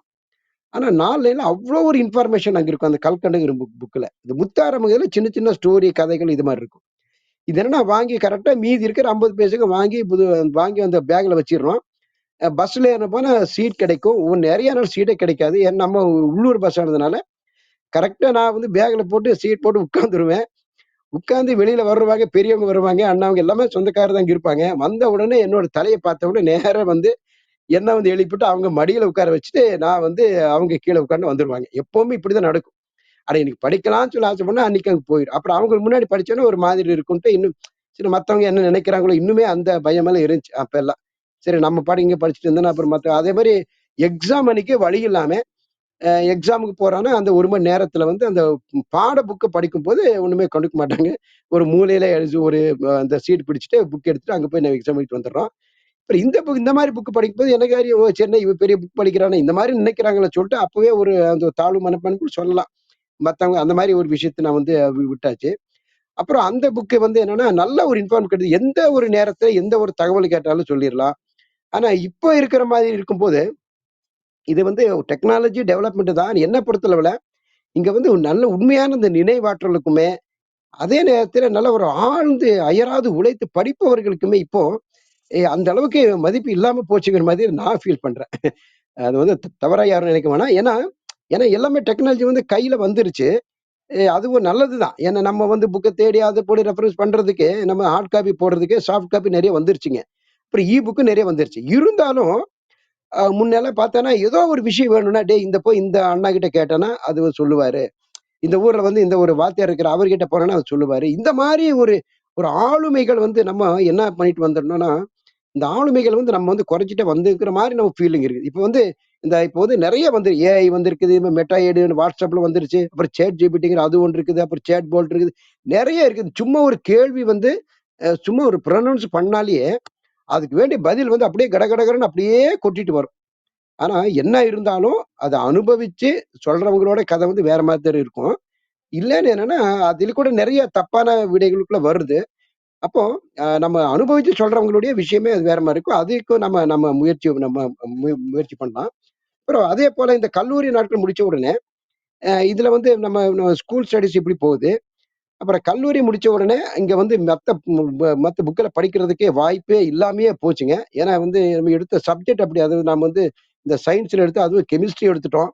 ஏன்னா இருக்கிறதே நல்லா படிக்கலாம். அதையும் எடுத்த உடனே நம்மளுடைய பாட புஸ்தகம் படிக்கிறதுக்கே ரொம்ப ரொம்ப கஷ்டமாயிருச்சு. அதுவும் நம்ம டிராவல் பண்ணது ஏறக்குறைய 2 மணி நேரம் டிராவலிங்லயே போயிருது. வேற புக் படிக்கிறதுக்கு வாய்ப்பே இல்ல. ஏதோ ஒரு போட்டி கீட்டி போனா கூட அந்த நேரத்துல அப்பல்லாம் இந்த செல்லோ, கில்லோ இந்த மாரி ஒரு ஆன்லைன் சோர்ஸ் ஒண்ணுமே இல்ல. ரொம்ப கஷ்டப்பட்டு தான் நம்ம எழுதிக்கூட அதனால நெறைய அந்த இலக்கிய மன்ற போட்டியாகட்டும், இத நம்ம கலந்துக்க வாய்ப்பு இல்லாமயே ஏன்னா லோக்கல் ஸ்டூடண்ட்ஸ் வந்து அந்த நேரத்த நல்லா அனுபவிப்பாங்க. நம்ம அந்த டே ஸ்காலர போய் 2 மணி நேரம் டிராவல் பண்ணி கல்லூரியில படிச்சு வெளியில வர்றது ரொம்ப சவாலாவே எங்களுக்கு இருக்குது. ஸோ அதனால அந்த கல்லூரி நாட்களும் அந்த 3 மணி போயிருச்சு. ஆனா, ஒரு சமூக சேவை வந்து அங்க செஞ்சோம். எப்படின்னா, அந்த 5 மணி மேல அந்த ஊருக்கு வந்துருவோம். நாங்க என்ன செஞ்சோம்னா, அங்க இருக்கிற அந்த நாட்கள் நாங்க எல்லாமே சேர்ந்து, அந்த யங்ஸ்டர்ஸ் குறிப்பா கல்லூரி முதலாம் 2 மாணவர்கள் சேர்ந்து வந்து, ஒரு ஒரு என்னன்னா ஒரு கிளப் ஒண்ணு வச்சோம். ஒரு ஒரு வாசகர் வட்டம் மாதிரி. அதுல வைக்கும்போது என்ன ஆகுதுன்னா, இப்போ ப இ ஆளுக்கு ஒரு புக் குடுத்து, அந்த வாரத்துல அவருக்கு அந்த புக்க வந்து படிச்சு அங்க வந்து சொல்லணும். அது வந்து ஊர்ல பெரியவங்க எல்லாமே நம்ம கூப்பிடுறோம். அதுல ஃபர்ஸ்ட் வந்து நான் ஆரம்பிச்சு எனக்கு என்ன ஒரு புக் கிடைச்சதுன்னா, இந்த சப்கான்ஷியஸ் மைண்ட். அது பார்த்து நான் அந்த புக் வந்து அப்ப வந்து ஒரு எல்லோ கலர்ல சின்னதா ஒரு பாக்கெட் சைஸ்ல தான் புக் அங்க அந்த நேரத்துல இருந்துச்சு. அது 91, 92ல. அந்த புக் ஃபுல்லா தமிழ்லயும் கிடைக்கல, இங்கிலீஷ்லயும் கிடைச்சது. அந்த இங்கிலீஷ் புக்க படிச்சு அவ்ளோ 1 மாசம் ட்ரை பண்ணி அதுவும் டிரான்ஸ்லேட் பண்ணி தமிழ்ல வந்து இது நம்ம ஒவ்வொரு வார்த்தைக்கும் எழுதி, அத ஒரு நம்ம ஊர்ல வந்து மாசத்துக்கு ஒரு தடவ அந்த வாசகர் வட்டம் மாதிரி அங்க வச்சு, இத வந்து சொல்லும்போது எனக்கு தெரியாமலே ஒரு நம்பிக்கை வந்துச்சுங்க. ஏன்னா அவ்ளோ பெரியவங்க இருக்கிறாங்க. அவ்ளோ ஒரு இங்கிலீஷ் அப்பல்லாம் நமக்கு அந்த அளவுக்கு அந்த லாங்குவேஜ் எல்லாம் அந்த ஸ்கில் எல்லாம் கிடையாது. அப்போ சொல்லிட்டு இருக்கும்போது, அது வந்து நெறைய பேர வந்து வந்து ம ம அந்த அந்த புக் ஆர்வத்தையே தூண்டுது. கிராமத்தையே தூண்டுச்சுன்னு சொல்லலாம். அத பார்த்து வந்து நெறைய பேர் வராங்க. அப்புறம் ஆளுக்கு ஒரு சின்ன சின்ன புக் குடுக்கும்போது, அப்படியே நம்ம ஏறக்குறைய கல்லூரி முடிச்சு, ஈவன் ஒரு பிஜி முடிக்கிற வரைக்கும் 7, 8 வருடங்களாக இன்னும் நடந்துட்டு இருக்குது. இப்பவுமே அது என்னன்னா ஒரு பஜனா மண்டலியாக நாங்க வந்து அத ஆரம்பிச்ச அந்த இடம் வந்து, அப்புறம் அதே அது வந்து அது என்னன்னா, அந்த அளவுக்கு ஒரு ஒரு வசிக்கிறதுக்கான தகுந்த மாரி இடம் இல்ல. ஒரு சின்ன ஒரு குடோன் மாதிரி தான் இருந்துச்சு. அந்த மனிதர்கள் வசிக்க முடியாது. அத வந்து அவர் என்ன பண்ணாருன்னா, அட இந்த மாரி சின்ன பசங்க பண்ணியிருக்காங்கன்னு சொல்லி, அத வந்து நல்ல ஒரு ரெனோவேட் பண்ணி, சின்ன ஒரு பஜனை மண்டபமாவே வச்சுட்டாங்க. இப்ப அங்க வந்து சின்ன அந்த வீக்லி வந்து பஜனைக்கு அந்த சாமி கும்பிட போறாங்க. அப்புறம் அதே மத்த நேரத்துல வந்து இந்த வாசகர் வட்டத்துக்காக, இந்த சமூக சேவைக்காக அந்த இடமே அங்க வந்து ஒதுக்கிட்டாங்க.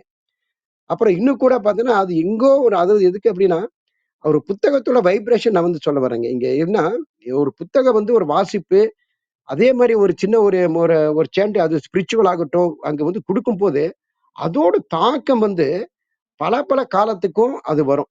இப்ப சின்ன இதுக்கு உதாரணம் எடுத்து பார்த்தோன்னா, நம்ம ஆரம்பத்துல வந்து நம்ம ஊட்டியில வந்து நம்ம ராமகிருஷ்ண மடம் அங்க இருக்குது. அத வந்து ஸ்தாபனமே காரணமா இருந்தது யாருன்னா, சித்பவானந்தர் அப்டின்ட்டுங்க. அது வந்து சென்னையில இருந்து அவர் வந்து வர்றாரு, ஊட்டிக்கு வர்றாரு. நீலகிரிக்கு வரும்போது, அவர் வந்து கிளாஸ் எடுக்கணும். கிளாஸ் எடுக்கும்போது இந்த ஊட்டியில வந்து கோடப்பமந்துன்ட்டு ஒரு பேர் இருக்குது. அந்த கிராமத்துல யாருமே இல்ல. ஒரு சின்ன ஒரு வீடு. அந்த வீட்ல வந்து இவர் வந்து ஊட்டி டவுன்ல இருந்து போய் கிளாஸ் எடுப்பாரு. கிளாஸ் எடுக்க பார்த்தோன்னா, அங்க ஆரம்பத்துல எல்லாமே கொஞ்சம் பசங்க சின்ன சின்ன பசங்கள்லாம் வர்றாங்க. அப்புறம் 2 வாரம், 3 வாரம் ஆனவுனே யாருமே அங்க வர்றதில்ல. அப்போ வர்றதில்லன்னு சொல்லக்கூட இவர் வந்து ஆசிரமத்தில இருக்கிறது இல்லைங்க. இவர் வந்து ரெகுலரா இவரு டியூட்டி வந்து சனிக்கிழமை காலையில 10 டூ 12 மணி இவரோட டியூட்டி. கரெக்ட்டா வந்துர்றாரு. வந்து அந்த ரூமுக்குள்ள உட்கார்ந்து, அங்க வந்து பசங்க வர்றாங்களா இல்லைன்னு சொல்லி எத பத்தி கவலைப்படுறது இல்லையாமா. இவர் வந்து இவருடைய அந்த மந்திரம், இவருடைய இது என்னென்ன டீச்சிங் இவரு சொல்ல முடியும் எல்லாமே இவர் சொல்றாருங்க. சொல்லிட்டு அப்படியே 12 மணிக்கு போயிடுறாரு. இது வந்து என்னன்னா ஒரு 2, 3 வருடங்கள் நடந்துட்டு இருக்குது. ஆனா, உள்ள போய் பார்த்தோன்னா, எந்த ஒரு மாணவரும் இல்ல. அப்ப அதுல வெளிய சுத்திட்டு இருக்கிறாங்க. இவரால கூப்பிட தான் முடியும். இப்ப கைய பிடிச்சு இழுத்து உட்கார வைக்க முடியாது. அந்த பேரன்ட்ஸ்‌க்கும் அந்த அளவுக்கு விழிப்புணர்வு இல்ல. அங்க வந்து பல இனுக்கூட இருக்கும்போது, அப்ப அந்த அந்த வீடு இப்ப என்ன ஆயிருக்குதுன்னா, இப்ப நீங்க டவுன் போலாம் அந்த கோடமந்துன்னு சொல்லிட்டு ரோட் மார்ஜின்ல இருக்குது. அது வந்து பெரிய ஒரு கோயிலா இருக்குதுங்க. அதுல வந்து பார்த்தீங்கன்னா, நெறைய அவ்ளோ ஒரு விசேஷம் அங்க நடக்குது. அவ்ளோ ஒரு சத்சங்கங்கள் அவ்ளோ நடக்குது. பெரிய பெரிய அந்த கான்ஃபரன்ஸ் கூட அங்க நடக்கிற அளவுக்கு அவ்ளோ ஒரு வசதிய வந்து வாய்ப்பு வந்திருக்குது. அப்போ நம்ம எந்த ஒரு இடத்துல நம்ம ஒரு ஒரு ஒரு நல்ல ஒரு வைப்ரேஷன் அங்க குடுக்குறோமோ, நிச்சயமா அது வந்து பிற்காலத்துல ஏதோ ஒரு நல்ல மாற்றம் வந்து இந்த பிரபஞ்சமே அது வந்து குடுக்கக்கூடிய ஆற்றல் வந்து குடுக்குங்கிறதுக்கு சின்ன ஒரு உதாரணம் நம்முடைய வாழ்க்கையில நடந்தது. அப்புறம் இந்த வேலைக்கு சேர்ந்தப்ப நெறைய புக்ஸ் நம்ம பார்க்கலாம். மாணவர்களுக்காக அ த தயாரிப்புக்காக வந்து நெறைய புக் தான் படிச்சிருக்கேன். இப்ப அந்த அந்த டைப் ஆஃப் ரீடர் சொல்லும்போது, இதுவரைக்குமே ஹானஸ்ட்டா என்னன்னா, எந்த புத்தகத்தையுமே ரசிச்சு, அனுபவிச்சு படிச்சதே கிடையாது. ஏன் அப்டின்னா, அதுக்கு நேரமும் ஏன்னா, ஏதோ ஒரு வேலைக்காக நம்ம புக் படிக்கிறோம். இது ஒரு ஒரு பிரிப்பரேஷனுக்காக படிக்கும்போது, எந்த நேரத்துல எந்த பாயிண்ட் எடுத்தா நல்லா இருக்கும், இப்படிதான் பார்க்குறோம். அதே மாரி இப்ப நூல் எழுதும்போது நெறைய நம்ம புக் வந்து ரெஃபரன்ஸ் பண்றோம். சரி இது நல்லா இந்த ரெஃபரன்ஸ் வந்து யார் எப்படி சொல்லியிருக்கிறாங்க? இது வந்து இதால என்ன பலன் இருக்குது? இது நம்ம ஆடியோ வாசகர்கள் சொல்றதுனால அவங்க எப்படி புரிஞ்சுக்குவாங்க? இப்படிதான் நம்ம எண்ணம் வந்து ஓடுது ஒழிய, இது வந்து அது நல்லா அனுபவிச்சு, நல்லா ஒரு புத்தகத்த படிக்கிற அளவு இதுவரைக்குமே எனக்கு அந்த வாய்ப்பே கிடைக்கல. நிச்சயமா உங்கள யாரோ கிடைச்சிருந்தா உண்மையில அவங்க பாக்கியவான்கள் தான். ஏன்னா அவங்கள வந்து நம்ம வந்து கால்ல விழுந்து கும்பிடணும். ஏன்னா ஒரு புத்தகம் வந்து ஒரு ஒரு நூலாசிரியர் எழுதுறாருன்னா, அவரோட எண்ண ஓட்டத்த நம்ம தெரிஞ்சு, அவருடைய வேவ் லென்த்ல நம்ம டிராவல் பண்ணி, அத வந்து நம்ம அனுபவிக்கிறது வந்து பெரிய ஒரு கலை. அது வந்து ஒரு சினிமா பார்த்த மாதிரி தாங்க. நம்ம சினிமாவுல உட்கார்ந்துட்டு அதே செல்ல ஃபோன்ல பேசிட்டு, ஏதோ ஒரு ஞாபகத்துல இருந்தாலும் எந்த ஒரு பிரயோஜனமும் இல்ல. இப்ப அதே போல ஒரு புத்தகத்த நம்ம எடுக்கிறோம்னா, அதுல இருக்கிறத நல்லா அனுபவிச்சு பார்க்கிற அந்த இது வந்து வாய்ப்பு வந்து நான் இன்னும் அதுக்கு பழகல. இன்னும் அந்த மாரி வாய்ப்பு வரல. இல்ல வரலங்கிற வாய்ப்பு ஏற்படுத்தலங்கன்னு சொல்றேன். ஏன்னா, அதுக்காக குடுக்கும்போது மற்ற வேலைகள் வந்து அப்படியே பின்னால வந்து தொடர்ந்து தொடர்ந்து வந்துட்டு இருக்கும்போது, நிச்சயமா அது அது என்னால அந்த கான்சன்ட்ரேட் பண்ண முடியாமயே போயிருச்சு நெறைய டைமு. அப்புறம் அதே போல ஒவ்வொரு இந்த புத்தகம் பார்க்கும்போது, நெறைய தற்கொலைகள் வந்து நடந்துட்டு இருக்குது இல்லைங்களா? ஏன்னா ஒவ்வொரு சின்ன சின்ன விஷயத்துல செல்ஃப் ஹார்ம் பண்ணிடுறாங்க. இத பத்தி ஒரு ரிசர்ச் பண்ணும்போது, இந்த நான் அண்மையில சொன்ன இந்த எஸ்ராவோட கதை வந்து அதுல வந்ததுங்க. அப்புறம் இன்னும் கூட பார்த்தீங்கன்னா, வயோதிகர்கள் ஏன் தற்கொலை சின்ன ஒரு கதை கூட அங்க வந்துச்சு. அதாவது பார்த்தோன்னா ஒரு சின்ன ஒரு பெரிய சின்ன ஒரு கிராமம். அவர் வந்து என்னன்னா, பெரிய ஒரு ஒரு அதிகாரி. அவர் அதிகாரி இருந்து நல்லா அவருடைய வேலைய நல்லா சிறப்பா செய்றாரு. அதுல எந்த ஒரு குறையும் இல்ல. பசங்களையும் நல்லா படிக்க வைக்கிறாங்க. படிக்க வச்சுட்டு அப்ப 2 மகள் வந்து எல்லாமே இருக்கிறாங்க. இவர் வந்து தனியா ஒரு வீட்ல இருப்பாரு. இருந்தவுடனே டெய்லி அந்த வீட்டுக்கு பேப்பர் போடுறதுக்கு ஒரு பையன் வருவான். அந்த பையன் வந்த உடனே இவர் வந்து டெய்லி வந்து பேப்பர் வந்து பையன் வந்து வெளியில வந்து ஒரு பாக்ஸ் வச்சிருப்பாரு. பாக்ஸ்ல வச்சுட்டு அவர் போயிர்றாரு. அப்புறம் இவரு அடுத்த நாள் வந்து இவரு என்ன பண்ணுவாருன்னா, அந்த முதியவர் வந்து வெளியில வந்து, "தம்பி பாருப்பா, நீ இனிமேல வந்து தயவு செஞ்சு பாக்ஸ்ல வைக்காத." அப்படி இவரு பாக்ஸ வந்து எடுத்துடுறாரு. அவரு பையன் பார்த்துட்டு பாக்ஸ் இல்லன்னு சொல்லிட்டு பெல் அடிக்கிறாரு. பெல் அடிச்ச உடனே இது வந்த உடனே, "ஐயா இங்க இருந்த பாக்ஸ் காணோம்னு" கேட்கிறாரு. "தம்பி பாருப்பா, இனிமே நீ பாக்ஸ்ல போடாத. நீ தயவு செஞ்சு வரும்போது இந்த பெல்ல அடி. நானே வந்து வாங்கிக்கிறேன்" அப்படிங்கிறாரு. அதுக்கு அந்த பையன் என்னங்கிறான், "ஐயா அப்படின்னா எனக்கு வந்து கொஞ்சம் லேட் ஆகும் ஐயா. நான் வந்து நெறைய வீட சுத்தணும். நான் வந்து ஒவ்வொரு முறையும் வந்து பெல் அடிச்சு, அப்புறம் நீங்க வீட்ல இருந்து வெளியில வந்து, நான் பேப்பர் குடுத்து, நான் அடுத்த வீடு போறதுக்குள்ள எனக்கு நேரம் ஆயிரும் ஐயா. அதனால நீங்க பாக்ஸே வையுங்க" அப்படிங்கிறார். இவர் வந்து மறுத்துறாரு. "இல்லப்பா, நீ பாரு நான் உனக்கு ரூ. 500 வேணா உனக்கு சேர்த்து தர்றேன். உனக்கு வேணா காசு வேணா சேர்த்து தர்றேன். நீ தயவு செஞ்சு எனக்கு வந்து பெல் அடி" அப்படின்னு சொன்ன உடனே சரின்னு சொல்லி போயிடுறாரு. அப்புறம் அந்த பையன் அடுத்த நாள் வர்றாரு. அந்த பையனுக்கு டைம் இல்ல. அந்த பத்திரிக்கை போடுறவரு அவனுக்கு மறுபடியும் கேட்கிறாரு. "ஐயா ஏன் இப்படி என்ன கம்பல் பண்றேன்னு" கேட்கிறாரு. அப்போ அவரோட வரலாறு சொல்றாரு. "தம்பி பாருப்பா, நான் ஒரு பெரிய அதிகாரியா இருந்தேன். எல்லாமே இருக்குது எனக்கு. பசங்களும் நல்லா படிச்சாங்க. எல்லாமே அவங்க வந்து ஃபாரின்ல இருக்கிறாங்க. இப்ப நான் வந்து அதிகாரியா இருக்கும்போது பணம் பொருள் எல்லாமே சம்பாதிச்சேன். அந்த நேரத்துல இந்த சுத்தி இருக்கிறவங்க என்ன தேடி வந்தாங்க. நான் வந்து ஏதோ உதவிக்காக தான் வர்றாங்க. இல்ல பணத்துக்காக வர்றாங்க. பண உதவியோ, இல்ல பொருள் ஏதோ ஒரு உதவிக்கு வர்றாங்கன்னு சொல்லிட்டு நான் அவங்கள வந்து அவாய்ட் பண்ணிட்டேன். அந்த அளவுக்கு அவங்களுக்குள்ள நான் பழகல. இப்ப வந்து யாருமே என்னை வீட்டு பக்கத்துல வரமாட்டேங்கிறாங்க. யாருமே வரல. என்னுடைய பசங்களும் ஃபாரின்ல இருக்கிறாங்க. அவங்களுக்கு எந்த ஒரு தகவல் சொன்னாலும், தகவல் வந்து ஏதோ வாரத்துல 1 நாள் மட்டும் ஃபோன் பண்ணுவாங்க. எனது மனைவியே இவ்வளவு நாள் இருந்தாங்க. இருந்துட்டு ஒரு நாளு நானும் மனைவி இருக்கும்போது, மனைவி வந்து திடீர்னு வந்து இறந்துட்டாங்க. இறந்த பிற்பாடு வந்து பக்கத்துல இருக்கிற யாருக்குமே தகவல் தெரியல. நானும் அந்த நேரத்துல பார்த்து வெளியூர் போயிருந்தேன். என்னோட மனைவி வந்து வீட்ல இருந்து 3 நாளு நான் வந்த அப்புறம் தான் இந்த சடலமே இருந்துன்னு சொல்லி கண்டுபிடிச்சு, அப்புறம் தான் வெளியில சொல்லி நான் வந்து அடக்கம் பண்ணோம். அந்த மாரி நிலைமை எனக்கு வரக்கூடாது தம்பி. நீ வந்து டெய்லி காலையில வந்து நீ வந்து ஒரு பெல் அடிச்சேன்னா, நான் வந்து வாங்கிக்கிறேன். நான் வந்து வெளிய வாங்கிக்கிறேன். ஒருவேள பெல் அடிச்சு நான் வரலேன்னா, நீ தயவு செஞ்சு நான் வந்து உயிரோடு இல்லன்னு நீ நெனச்சுக்கோ. அப்பவே நீ என்ன செய்றேன்னா, என்னுடைய மகனோட WhatsApp நம்பர் இருக்குது அவங்களுக்கு. நீ இந்த நம்பர் ஒரு தகவல் சொல்லிரு. ஃபோன் பண்ணாலும் எடுக்க மாட்டாங்க. நீ மெசேஜ் அனுப்பி வை. எப்பவாச்சும் பார்த்து அவங்க வருவாங்க. பக்கத்து வீட்டு நம்பரும் நான் குடுத்துடுறேன். அவங்களுக்கு ஒரு தகவல் சொல்லிரு தம்பி. அப்படின்னு சொல்லிட்டு, அந்த முதியவர் வந்து சொல்றாருங்க. அப்போ இங்க பாருங்க, நம்ம இங்க படிச்சு, எவ்வளவுதான் இருந்தாலும், கடைசி காலத்துல இந்த மாரி ஒரு சூழ்நிலை வந்து அவர்களுக்கு வரும்போது, இது எப்படி அதுலருந்து மீண்டு வரணும் அப்படிங்கும்போது, இந்த மாரி விஷயங்களுக்காக நம்ம இதெல்லாம் எங்கன்னா சின்ன சின்ன ஒரு கதைகள் மூலமோ, இல்ல படிக்கும்போது, நம்ம அறியாமலேயே நம்மள ஒரு அந்த அந்த எண்ணம் வந்து நம்மள இந்த உதவுகின்ற எண்ணமாகட்டும், கருணை உள்ள வருது. அப்பவே நம்ம என்ன பண்ணணும், இந்த மாரி பார்க்கும்போது என்ன ஆகும்னா, நமக்கு தெரியாமலே நம்ம உதவலாமா? உதவி செய்யலாமா? அந்த மாரி எண்ணத்த வந்து இந்த புத்தகங்கள் தான் நமக்கு குடுக்குது. இன்னும் நெறைய நம்ம பேசலாம். இதோட நேரத்த நம்ம இந்த இந்த இன்றைய இன்றைய இந்த நிகழ்வு வந்து முடிக்கலாம்னு நெனைக்கிறேன். நன்றி, நன்றி. இப்ப எல்லாருக்கும் சொல்லும்போது மிக மிக சிறப்பான ஒரே ஒரு விஷயம் இறுதியில என்ன அப்டின்னா, ஒவ்வொன்னுமே இந்த புத்தக வாசிப்பு வந்து இதுல வந்து சின்ன ஒரு பேர் சொல்றாங்க. இத வந்து என்னன்னா, இந்த ஒரு தகவல் மட்டும் சொல்லிர்லாம். அதாவது அனைவரும் இந்த புத்தகம் நல்லா வாசிகள் வந்து அந்த பிபிலியோஃபில் அப்படிங்கிறாங்க. அதாவது ரொம்ப ஆர்வமா, ரொம்ப அதிகமா வாசிக்கிறவங்களுக்கு இந்த ஒரு வேர்ட் இருக்குது. அதேபோல ஆகச்சிறந்த பரிசு என்ன அப்டின்னா, இந்த புத்தகம் தான். ஏன்னா ஒவ்வொரு முறையும் நம்மள வந்து திறந்து திறந்து பார்க்க சொல்றது. அந்த புத்தகத்தோடு, அது வாசிப்போடு வாழ்வோம். வாசிப்பை சுவாசிப்போம் என்று சொல்லி முடிக்கிறேன். நன்றி, வணக்கம். அனைத்து அன்பர்களுக்கும், சகோதரர்களுக்கும் இந்த இனிய நாள் வாய்ப்பு வழங்கியதற்கு மீண்டும் ஒருவர் நன்றியை தெரிவிச்சுட்டு முடிக்கிறேன். நன்றி, வணக்கம். Over to you brother. நன்றிங்க அன்பு சகோதரரே.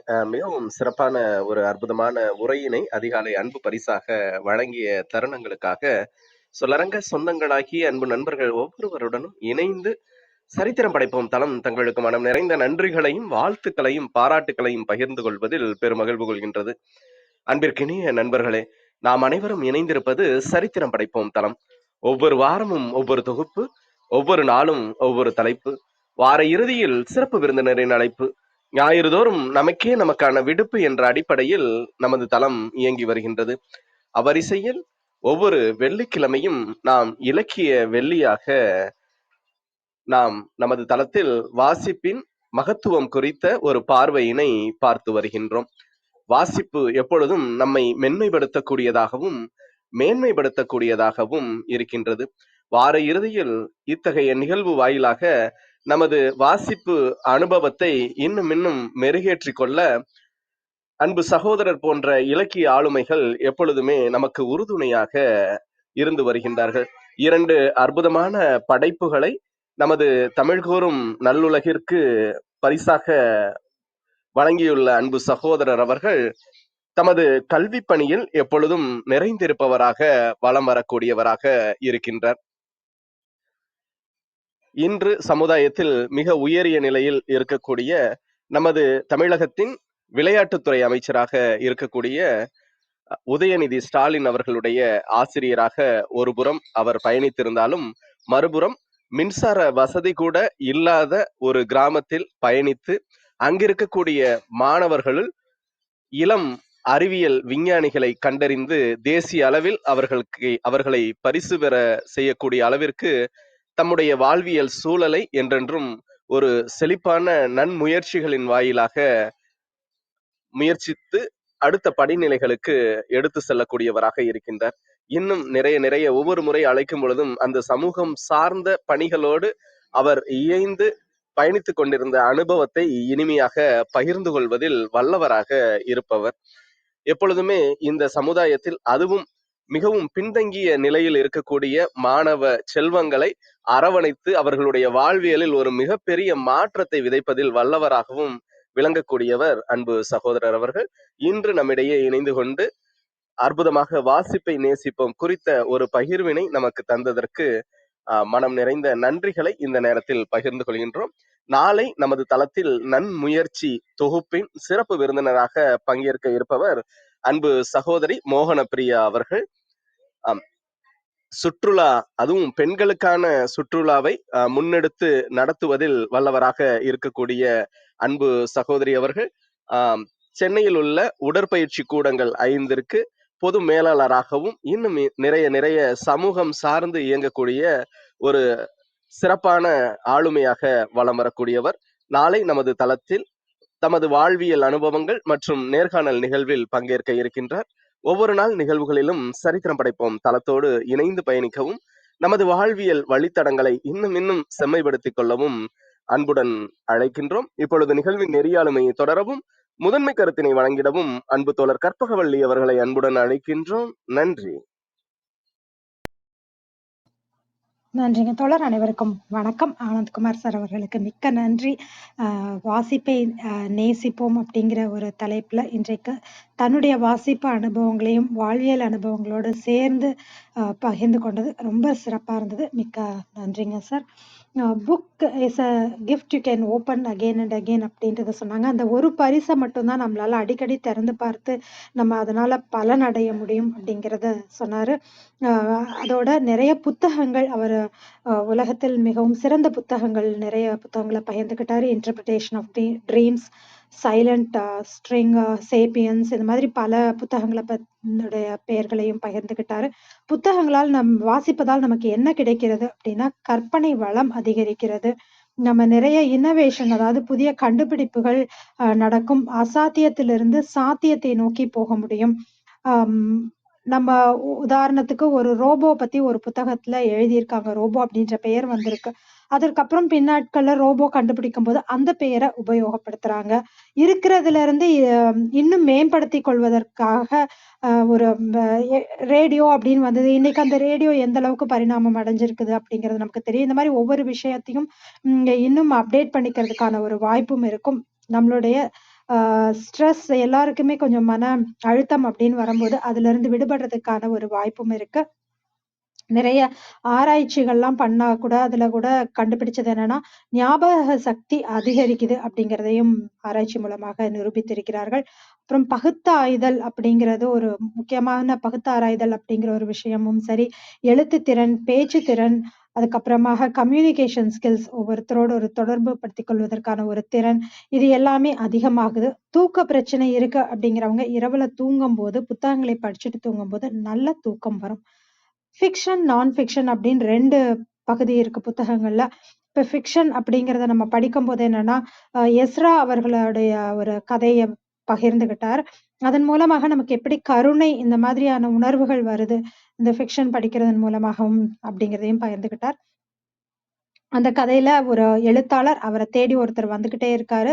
அ பிறகு பார்க்கிறேன்னு சொல்லும்போது அவர் இறந்து போயிடுறாரு. அந்த மாதிரி ஒரு சமயத்துல, அ இ இவரோட மனநிலைமை என்ன அப்படிங்கிறத பத்தி ஒரு அ அவரு நம்ம முன்னாடியே பார்த்திருக்கலாமே அப்படின்னு சொல்லி மன வருத்தப்படுறாரு. இந்த மாதிரியான ஒரு கதையின் மூலமாக நம்ம யாராவது ஒருத்தர் உதவினோ, இல்ல ஏதாவது தேவை நம்ம வந்தா, நம்ம உடனடியாக அவர்களை கவனிக்க வேண்டும் அப்படிங்கிற ஒரு விஷயம் தெரியுது. இந்த மாதிரி பல விஷயங்களும் நம்ம கத்துக்க முடியும் வாழ்க்கையில. காட்சிப்படுத்துதல் அப்படிங்கிறதும் தொடர்ந்து நடக்கும். நம்ம பார்க்காத ஒரு ஊராக இருக்கலாம். அந்த ஊர பத்தி நம்ம நெறைய கற்பனை வச்சிருப்போம். ஒருவேளை நேர்ல பார்க்கும்போது இது இன்னும் விரிவடையும். அந்த மாதிரியான விஷயங்கள் நடக்கும். ஸ்பென்சர் அப்படின்றவரோட ஒரு ஆராய்ச்சி, நம்ம அ மன காட்சிப்படுத்துதல் அப்படிங்கிறத பத்தி ஒரு அழகா ஒரு சூழ்நிலைய நமக்கு கொடுத்தார். உட்கார்ந்து நம்ம அமைதியா உட்கார்ந்து அந்த சூழ்நிலைய கவனிக்கும்போது, அந்த மல்லிகைப்பூ வாசம் வர்றது, இதெல்லாமே நம்ம உணர்ந்திருப்போம். இத பார்வை இல்லாதவர்களும் உணர முடியும் அப்படிங்கிறத ஒரு ஸ்பென்சர் அப்படிங்கிறவரோட ஆராய்ச்சியின் மூலமாக நிரூபிச்சிருக்காங்க. அத்தோடு பல வகையான வாசகர்கள் இருப்பாங்க. விமர்சனத்துக்காக வாசிக்கிறவங்க, ஆக்கப்பூர்வமான செயல்களுக்காக வாசிக்கிறவர்கள், தகல் தகவல்களை பரிமாறுவதற்காக, சுய முன்னேற்றத்திற்காக, புது புது யோசனைகள், புது புது தொழில்நுட்பத்த கண்டுபிடிக்கிறதுக்காக, இல்ல ஏதாவது ஒரு விஷயங்களை ஆத்திகம், நாத்திகம் அப்படின்னு வரும்போது அதை எதிர்ப்பதற்காக, இப்படி பல விஷயங்களுக்காகவும் வாசகர்கள் பல வகைப்படுகிறார்கள். எலன் மாஸ்க் அவர்கள் கூட, என்னோட கற்பனை சக்தியால தான் நான் இன்னைக்கு இப்படி வந்திருக்கேன் அப்படிங்கிறத பகிர்ந்துக்கிறார். சுஜாதா அவர்களுடைய இயந்திர மனிதன் புத்தகமா இருக்கட்டும், அதுல நெறைய கற்பனைகள் இருக்கு. இந்த மாதிரி ஒவ்வொரு புத்தகத்திலயும் நிறைய விஷயங்கள் இருக்கும். ஈசாப் சின்ன வயசுல ஆனந்த் சார் படிச்ச இந்த ஈசாப் நீதி கதைகள் அப்படிங்கிறது ரொம்ப ரொம்ப சின்ன கதையாக இருந்தாலுமே, அதில் நிறைய கருத்துக்கள் இருந்தது அப்படின்றத சொன்னாரு. முதலாக கிடைச்ச அந்த பரிசு அப்படின்னு அந்த சத்யா சோதனை பள்ளியின் மூலமாக கிடைச்சபோது கூட படிக்க முடியல. பெருசா இருந்தது. ஆனா அப்பப்ப அத எடுத்து காந்தியடிகள் பத்தின குறிப்புகள நான் சேகரிச்சு வச்சுக்குவேன் அப்படிங்கிறதையும் அ சொன்னாரு. இந்த சின்ன வயசுல அ ஒரு 8 அணா கிடைச்சதுன்னா, நான் போயிட்டு இந்த கல்கண்டு, முத்தாரம் இந்த புத்தகங்கள எல்லாம் வாங்குவேன். அத பஸ்ல உட்கார்ந்து படிக்கலாம்னு நினைக்கும்போது, வேற யாராவது வந்து உட்கார்ந்துக்குவாங்க. அப்படிங்கிறதும், அது அவங்க முன்னாடி படிக்கிறதுக்கு ரொம்ப கூச்சமா இருக்கும் அப்படிங்கிறதெல்லாம் சொன்னாரு.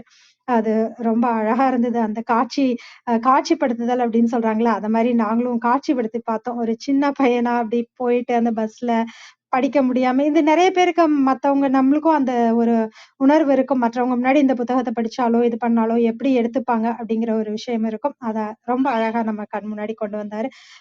முதலாக படித்த புத்தகம் அப்படிங்கிறது கல்லூரிக்கு போனபோது, முதலாக சப்கான்ஷியஸ் மைண்ட் அப்படிங்கிற ஆங்கில புத்தகத்த அந்த வாசகர் வட்டத்துக்காக அந்த புத்தகத்த முதலா படிக்கிறாங்க.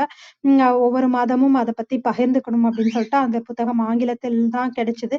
இருந்தாலும் அந்த ஒரு டிக்ஷனரி வச்சுக்கிட்டு அத ஒவ்வொரு சொல்லுக்குமான அந்த அர்த்தத்தையும் புரிந்து கொண்டு நாங்க படிக்க ஆரம்பிச்சோம். இந்த மாரி பலரோட பகிர்ந்து கொள்ளும்போது, நமக்கு அந்த படிப்பதற்கான ஒரு ஆர்வம் வருகிறது. இப்ப நம்மளும் நம்மளுடைய சொல்லரங்கத்துல ஒரு குழுவா பயணிக்கும்போது காலையில 5:30, 6:30 மணிக்கு நம்ம வாழ்க்கையில எழுந்து படிப்போமா அப்படின்னு தெரியாது. ஆனா இந்த மாரி ஒரு குழு இருக்கும்போது நம்ம அத தொடர்ந்து செஞ்சுட்டு இருக்கோம் அப்படிங்கிறதும், இந்த மாரி ஒரு குட் வைப்ஸ் வரும் அப்படிங்கிறத சொன்னாரு. அதே மாதிரி ஒரு குட் வைப்ஸ்ல ஒருத்தர் ஒரு இடத்துல உட்கார்ந்து தொடர்ந்து புத்தகங்கள் யாருமே வரலன்னு வாசிச்சுட்டு இருந்தா கூட, யாருமே இல்ல கேட்கறதுக்கு. ஆனா இன்னைக்கு அந்த இடம் எப்படி மாறி இருக்கிறது அப்படிங்கிறத இந்த கான்ஃபரன்ஸ் எல்லாம் நடக்கிற அளவுக்கு ஒரு பெரிய இடமாக மாறி இருக்கிறது அப்படிங்கிறதையும் சொன்னாரு. அதுக்கப்புறமாக தினமும் செய்தித்தாள் போடுங்க.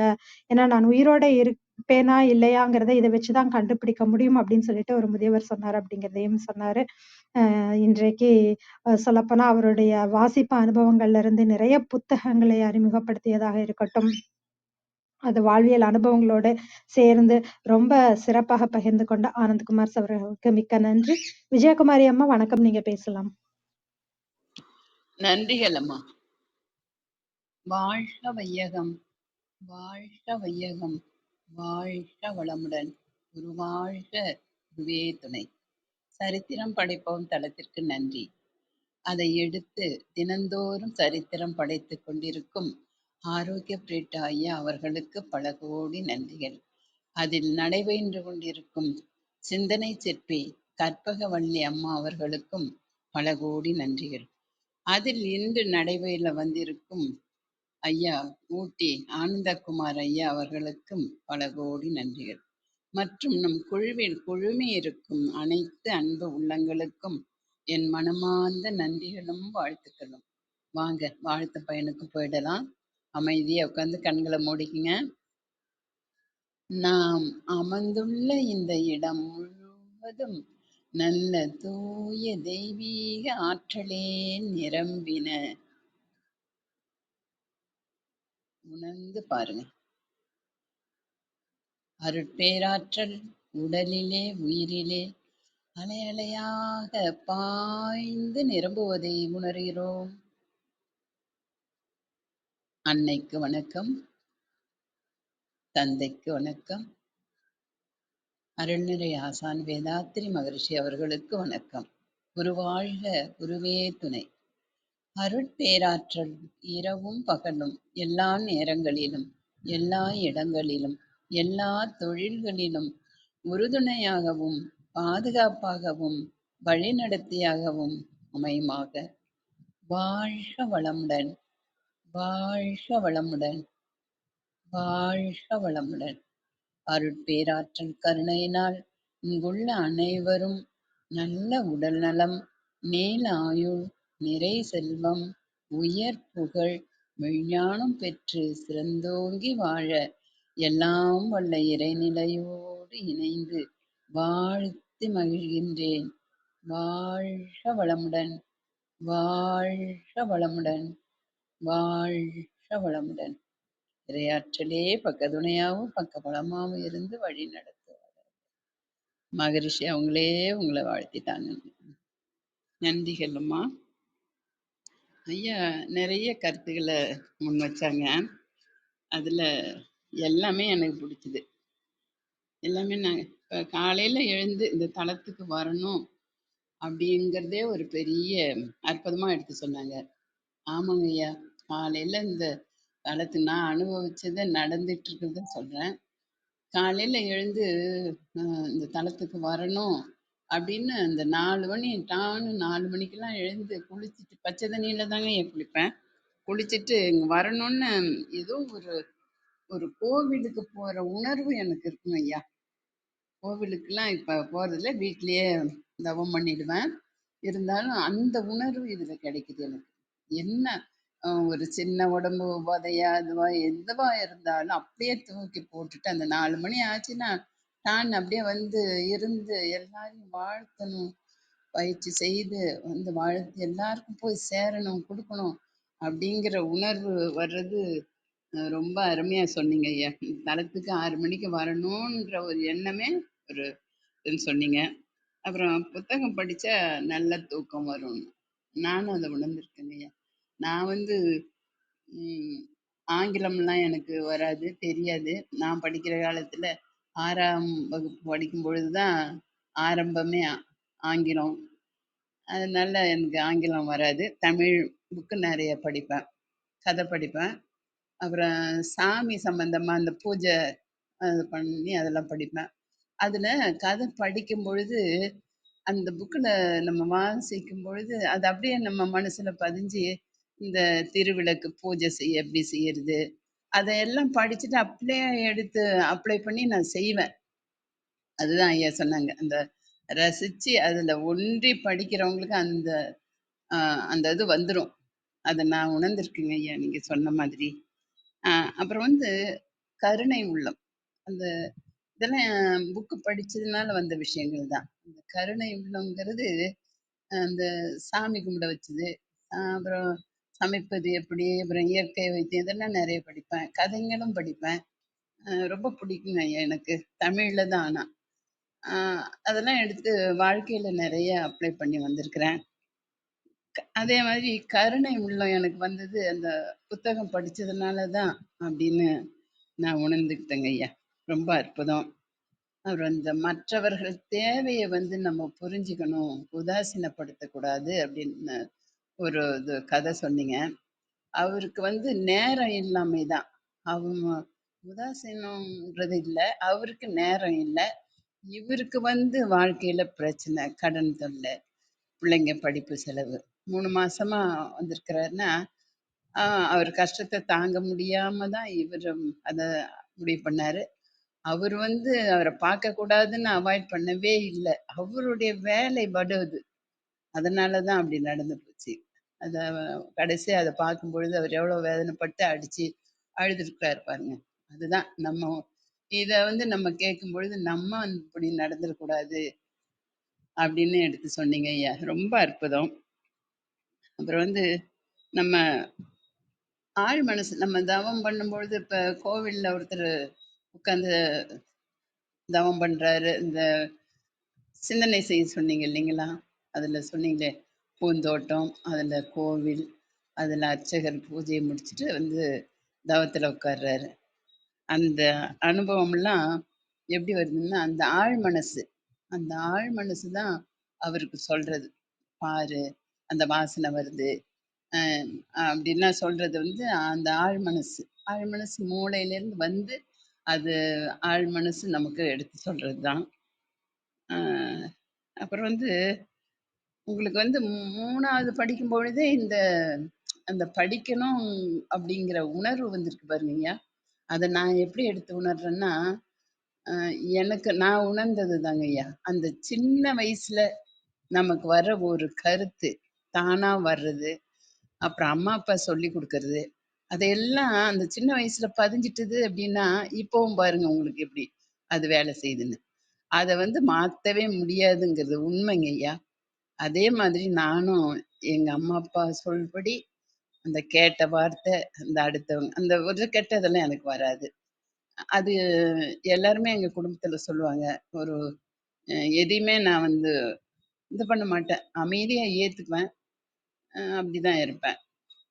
அதெல்லாம் ஏன் அப்படின்னா, இப்ப ஐயாவே சொல்றாங்க, இப்ப நானே சொல்றேன்னா, இந்த சின்ன குழந்தைங்களுக்கு அப்பா, அம்மாவா இருக்கிற நீங்க, இந்த கருத்தெல்லாம் எடுத்து ஊட்டி விடணும்னு நான் கேட்டுக்கிறேன்.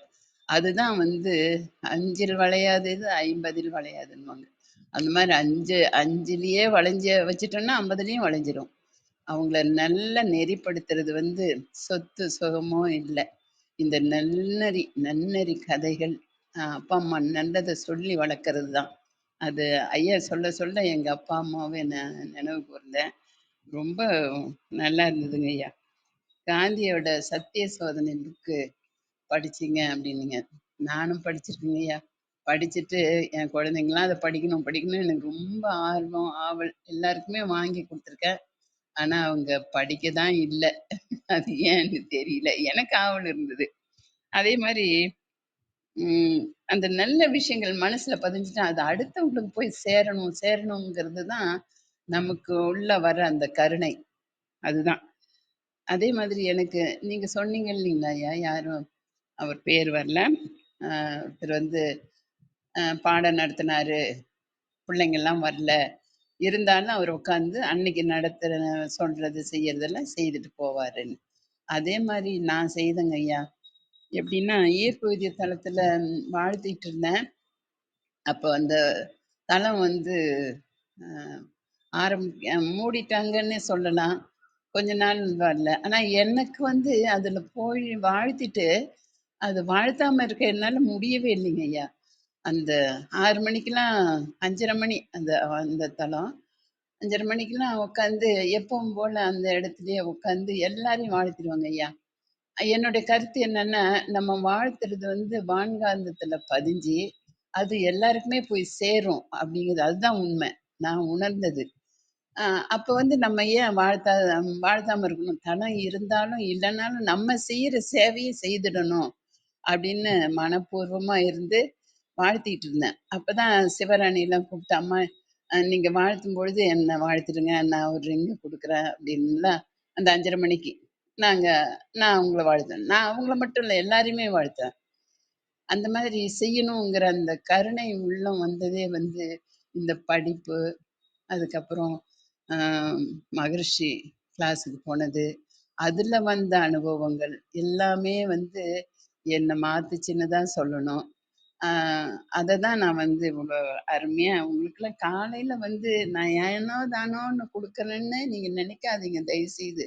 அது எல்லாம் நான் சொல்லும்பொழுது அப்படியே கண்களை மூடி உள் வாங்குனீங்கன்னா உங்களுக்கு அற்புதமான ஒரு நல்ல விஷயங்கள்லாம் நடக்கும். அதனால தான் நான் முயற்சி பண்ணி உங்களுக்கு கொடுத்துட்டு இருக்கேன். அது நானும் நினைப்பேன், சரி அவங்களுக்கு புரிஞ்சாலும் புரியலன்னாலும் நான் வாழ்த்தது உங்களுக்குள்ள வரும். அதை நீங்க கண்ணை மூடி வாங்கும் பொழுது கண்டிப்பா உடனே நடக்கும். இதுதான் உண்மை. அதெல்லாம் வேணும்னு தாங்க ஐயா நான் செய்துட்டு இருக்கேன். உங்களுக்கு ரொம்ப உயர்ந்த கருணை உள்ளங்க ஐயா. இந்த புத்தகம் படிச்சு சொல்றதுனால எவ்வளவு விடயங்கள் எனக்கே நடந்திருக்குன்னும் பொழுது அதையெல்லாம் நான் சொல்ல தோணுச்சு, அதான் சொன்னேன். கருணை உள்ளமே கடவுள் இல்லமே, அந்த கருணை உள்ளந்தாங்க ஐயா கடவுள் வாழ்கிற இல்லம். நீங்க வந்து நல்ல உடல் நலம், நீலாயுள், நிறை செல்வம், உயர்ப்புகள், மெஞ்ஞானம் பெற்று சிறந்தோங்கி வாழ வேண்டும். வாழ்க வளமுடன், வாழ்க வளமுடன், வாழ்க வளம். நன்றிகள் ஐயா, நன்றிகள் அம்மா. உங்கள் அன்பான வாழ்த்துக்கும் கருத்துக்களுக்கும் மிக்க நன்றிங்கம்மா. மஞ்சு பார்கவி வணக்கம், நீங்க பேசலாம்.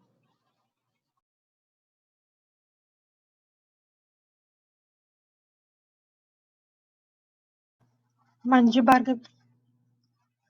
ரேவதி வணக்கம், நீங்க பேசலாம்.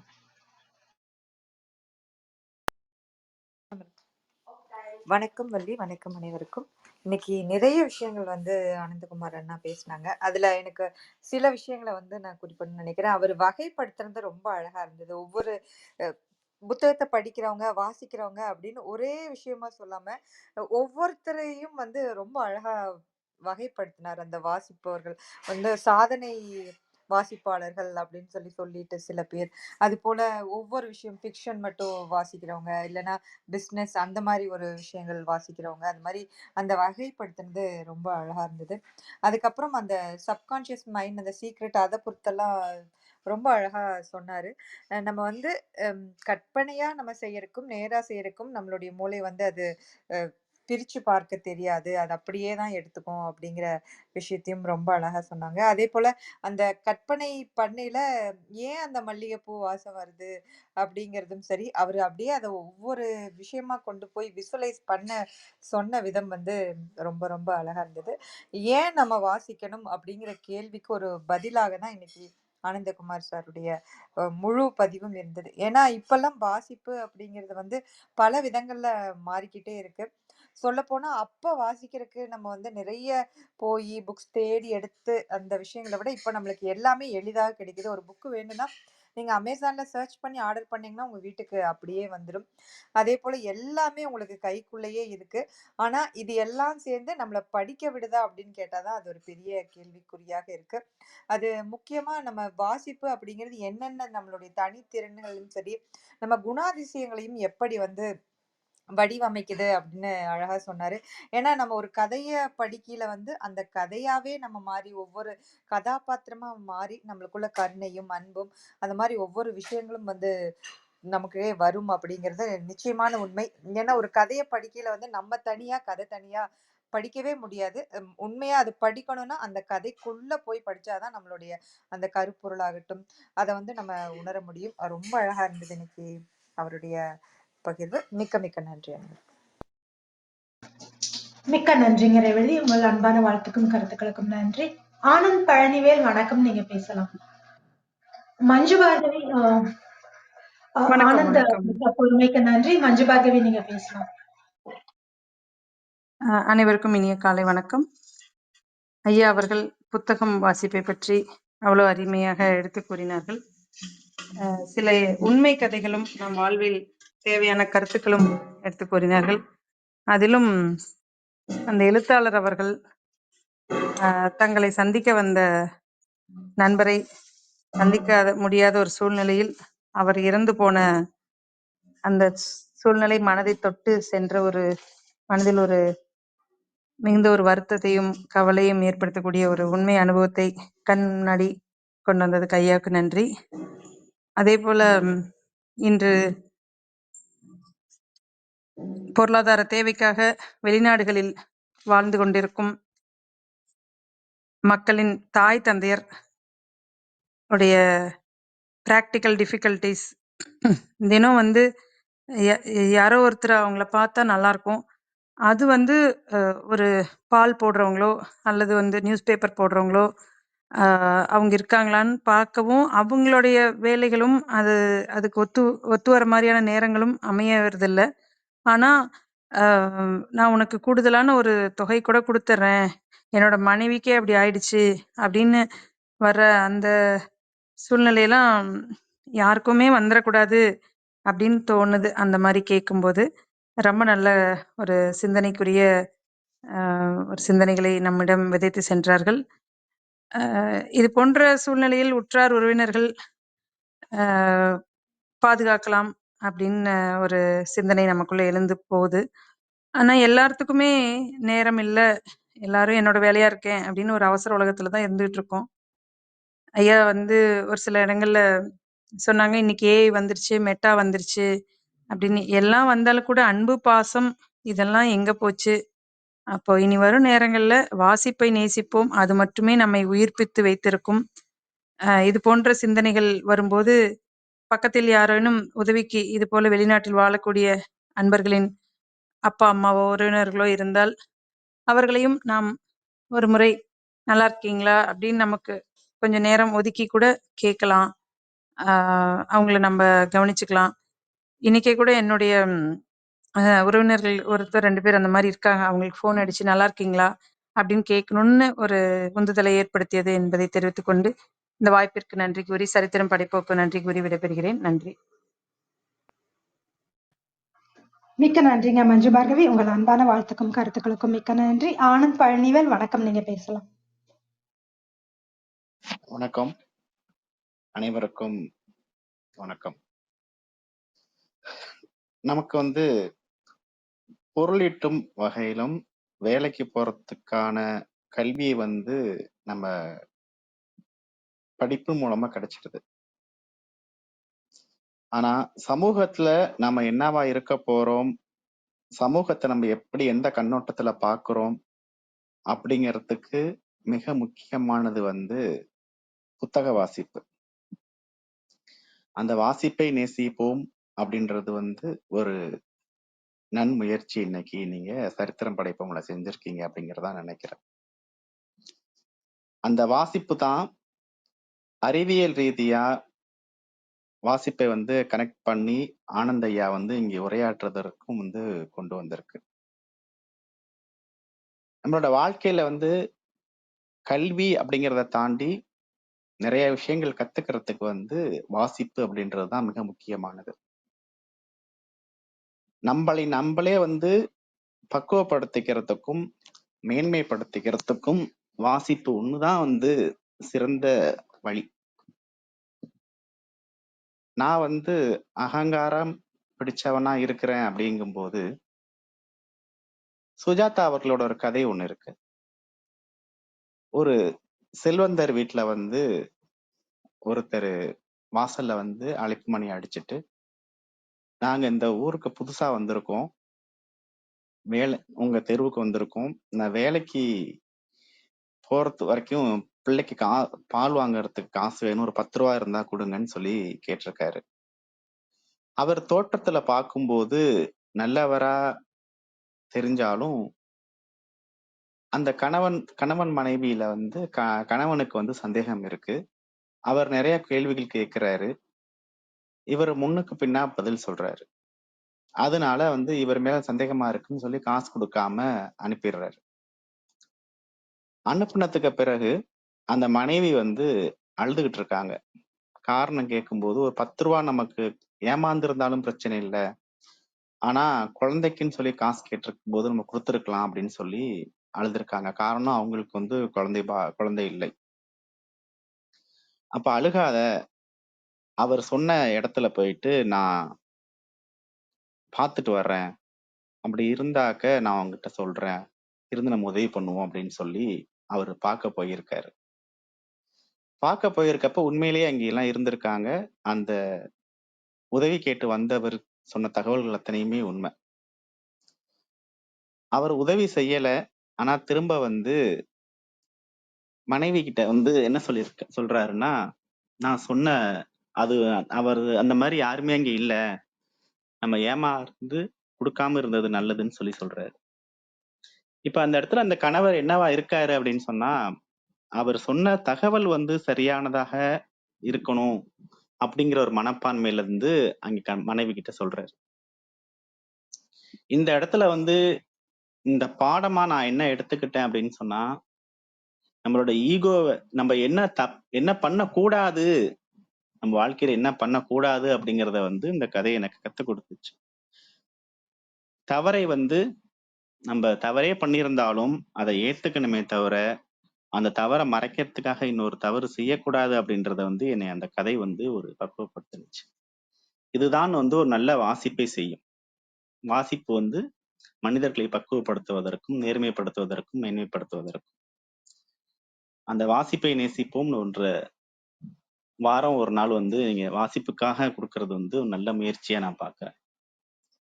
இங்க உள்ள அனைவருக்கும் என்னோட வேண்டுகோள் என்ன அப்படின்னு சொன்னா, இப்ப இருக்கிற உலகத்துல அது டெக்னாலஜிஸ் அதன் மூலமா வந்து நமக்கு புத்தகங்கள் வந்து பிடிஎஃபா கிடைக்குது. புத்தகங்கள் வந்து காகித புத்தகங்களை வாங்க முடியாத இப்ப வெளிநாட்டுல இருக்கிறப்போ காகித புத்தகங்கள் வந்து நமக்கு வாங்கிதான் படிக்கணும் அப்படிங்கறத கட்டாயமா நம்ம சொல்லவே முடியாது.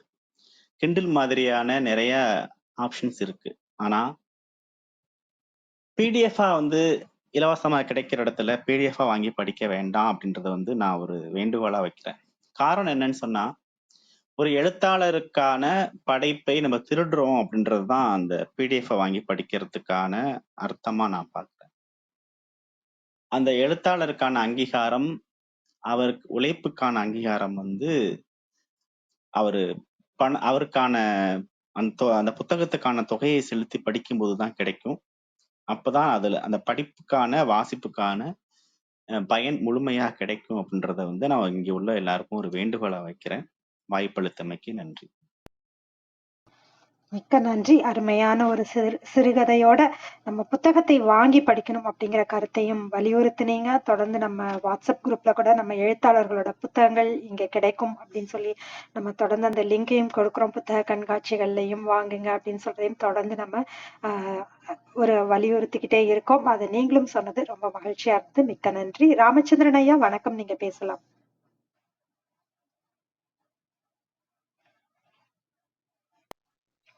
ராமச்சந்திரன் ஐயா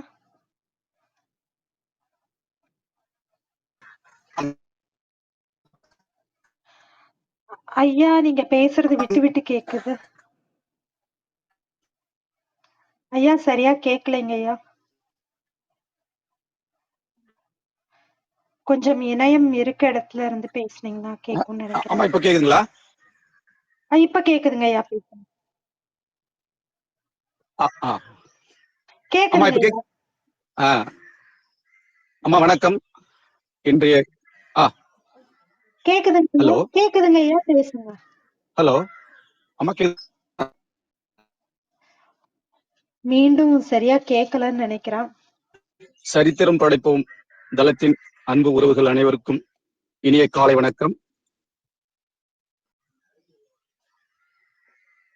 சரித்திரம் படைப்போம் தளத்தின் அன்பு உறவுகள் அனைவருக்கும் இனிய காலை வணக்கம். இன்றைய காலை பொழுதை பேரானந்தமாய் மாற்றிய நல் ஆசிரியர் ஐயா ஊட்டி ஆனந்தகுமார் அவர்களுக்கு வணக்கங்களும் வாழ்த்துக்களும். அம்மா கேக்குதுங்களா? கேக்குதுங்க ஐயா, கேக்குதுங்க ஐயா. அம்மா கேக்குதுங்களா? சில சமயம் விட்டு கேக்குது, இருந்தாலும் தொடருங்க ஐயா.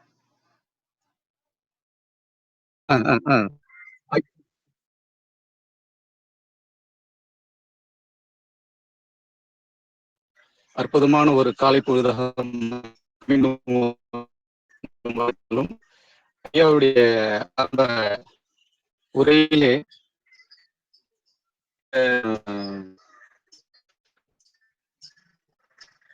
ஹலோ ஹலோ ஐயா கொஞ்சம் விட்டு விட்டு கேக்குதுங்க ஐயா, கொஞ்சம் விட்டு விட்டு கேக்குதுங்க ஐயா.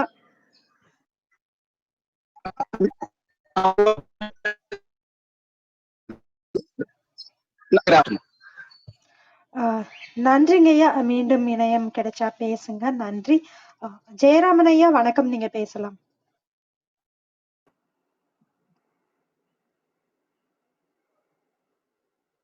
அனைவருக்கும் வணக்கம். கேக்குதுங்களாமா? கேக்குதுங்க ஐயா. கேக்குதுங்களா? பேசுங்க ஐயா, கேக்குது. அனைவருக்கும் இனிய காலை வணக்கம். வாசிப்பை நேசிப்போம். மிக அருமையான தலைப்பு, எனக்கு பிடித்த தலைப்பு. இந்த தலைப்பிலே தன்னுடைய கருத்துக்களை சகோதரர் அனந்தகுமார் அவர்கள் மிக தெளிவாகவும் பல்வேறு உதாரணங்களும் சொல்லியிருக்கிறார் என்பதை தெரிந்து கொள்வது. ஏன்னா இந்த நிகழ்ச்சியில கொஞ்சம் தாமதமாக தான் நான் இணைந்தேன். அவருக்கு என்னுடைய நன்றி, வாழ்த்துக்கள். இந்த வாசிப்பு என்பது இதை கொஞ்சம் நம்ம நிறைய கொஞ்சம் ஆழமா இதுல பார்க்க போனா நிறைய விஷயங்கள் நம்ம பேசலாம். நிறைய அனுபவங்கள் இருக்கு, நிறைய செய்திகள் இருக்கு இதுல. குறிப்பா சொன்னா நிறைய பேருடைய இன்றைக்கு பிரபலமானவர்கள், ஏற்கனவே இருந்தவர்கள், பலருடைய அந்த நிலை, வாழ்க்கை நிலை இந்த வாசிப்பு என்பது மாற்றி இருக்கிறது. அவருடைய தரத்தை உயர்த்தி இருக்கிறது, அவர்களை சமூகத்துக்கு அடையாளப்படுத்தி இருக்கிறது. அது ஒரு முக்கிய பங்கு. வாசிப்பு என்பது அவ்வளவு பெரியது. கல்வி அறிவு ஆகட்டும், பொது அறிவு ஆகட்டும், வாசிப்பு என்பது ஒரு மனிதருக்கு அத்தியாவசிய தேவை. அன்றாட பணிகளிலே கூட அதற்கென்று ஒரு நேரம் ஒன்று ஒதுக்க வேண்டும் என்பது என்னுடைய விருப்பம். நான் அதையெல்லாம் செய்து கொண்டு வருகிறேன். இந்த முந்தையெல்லாம் பாத்தீங்கன்னா, முந்தைய பேருக்கு தெரியாது, இந்த தலைமுறைகளுக்கு. அங்க சென்னையில மூர் மார்க்கெட் அப்படின்ற ஒரு இடம் இருந்தது. இப்ப இல்ல, அது ரயில் நிலையமா மாறி போச்சு. அது சில இதெல்லாம் மாறி போச்சு. அப்ப அது ஒரு பெரிய பழைய பொருட்கள் விற்கக்கூடிய அந்த இடம். அங்க போனீங்கன்னா கிடைக்காத பொருளே இருக்காது அந்த காலகட்டத்துல. அப்போ அங்க 2-3 கடைகள்ல பாத்தீங்கன்னா அந்த பழைய புத்தகங்கள், வரலாறுகள், அந்த மாதிரி தகவல்கள், பழைய புத்தகங்கள், நமக்கு எங்கேயுமே லைப்ரரியில கூட கிடைக்காத புத்தகங்கள்லாம் அங்க கிடைக்கும். அதையெல்லாம் நான் போவேன்.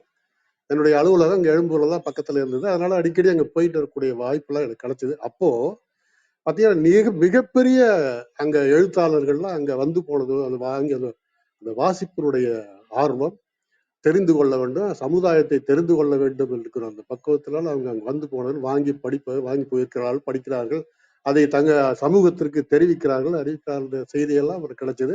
ஏன் கவிஞர் கண்ணதாசன் கூட மோர் மார்க்கெட்டுக்கு அடிக்கடி நூல்களை எல்லாம் வாங்கி படிப்பார் என்ற செய்தியெல்லாம் பின்னாளில் கிடைத்தது. அதை போல இன்றைக்கு மாணவர்கள், இளைஞர்கள் மத்தியில கூட நிறைய படிக்கிற பழக்கம் எல்லாம் இருக்கிறத என்னால பார்க்க முடியுது. நூலகங்கள்ல கூட போகும்போதெல்லாம் நிறைய பார்க்க முடியுது. அதெல்லாம் மிக மகிழ்ச்சிக்குரிய செய்தி. அந்த வகையில இப்ப பாத்தீங்கன்னா, இந்த புத்தகம் வாழ்க்கையில நிறைய கஷ்டப்படுறோம் போறோம். இப்ப நானெல்லாம் நான் ஏற்கனவே சொல்லியிருக்கேன், இந்த புத்தக திருவிழாவுக்கு ஆண்டுதோறும் போயிட்டு வரோம்னா குறைந்தது அன்றைக்கு இருக்கிற பணம், பொருளாதார சூழ்நிலையை பொறுத்து குறைந்தது ஒரு 2000 ரூபாய்க்காக புத்தகங்கள் வாங்கி வருவேன். 2000, 3000 ரூபாய்க்கு. கொஞ்சம் பணம் அதிகமாக இருந்தால் இல்லைன்னா 5000 ரூபாய்க்கு கூட வாங்குறது உண்டு. அதை வாங்கி கொண்டு படிக்கிறது உண்டு. அதனுடைய கருத்துக்களை மனதில் ஏற்றிக்கொண்டு, மனதிலே பதிய வைத்துக் கொண்டு, நான் சொல்ல வேண்டிய கருத்துகளுக்கு அதனுடைய உடன்பாடு இருந்தால் அதை இணைத்துக் கொண்டு, இல்லைன்னா என்னுடைய கருத்துக்களை தனியே நான் சொல்லிக் கொண்டு வருகிறேன். ஆக எப்படி பார்த்தாலும் ஒரு மனிதனுக்கு வாசிப்பு என்பது மிக மிக அவசியம்.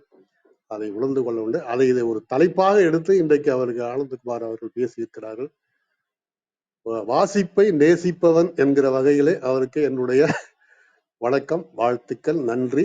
இந்த நிகழ்விலே கலந்து கொண்ட அனைவருக்கும் மிக்க நன்றி, வணக்கம், வாழ்த்துக்கள், பாராட்டுக்கள். நன்றி.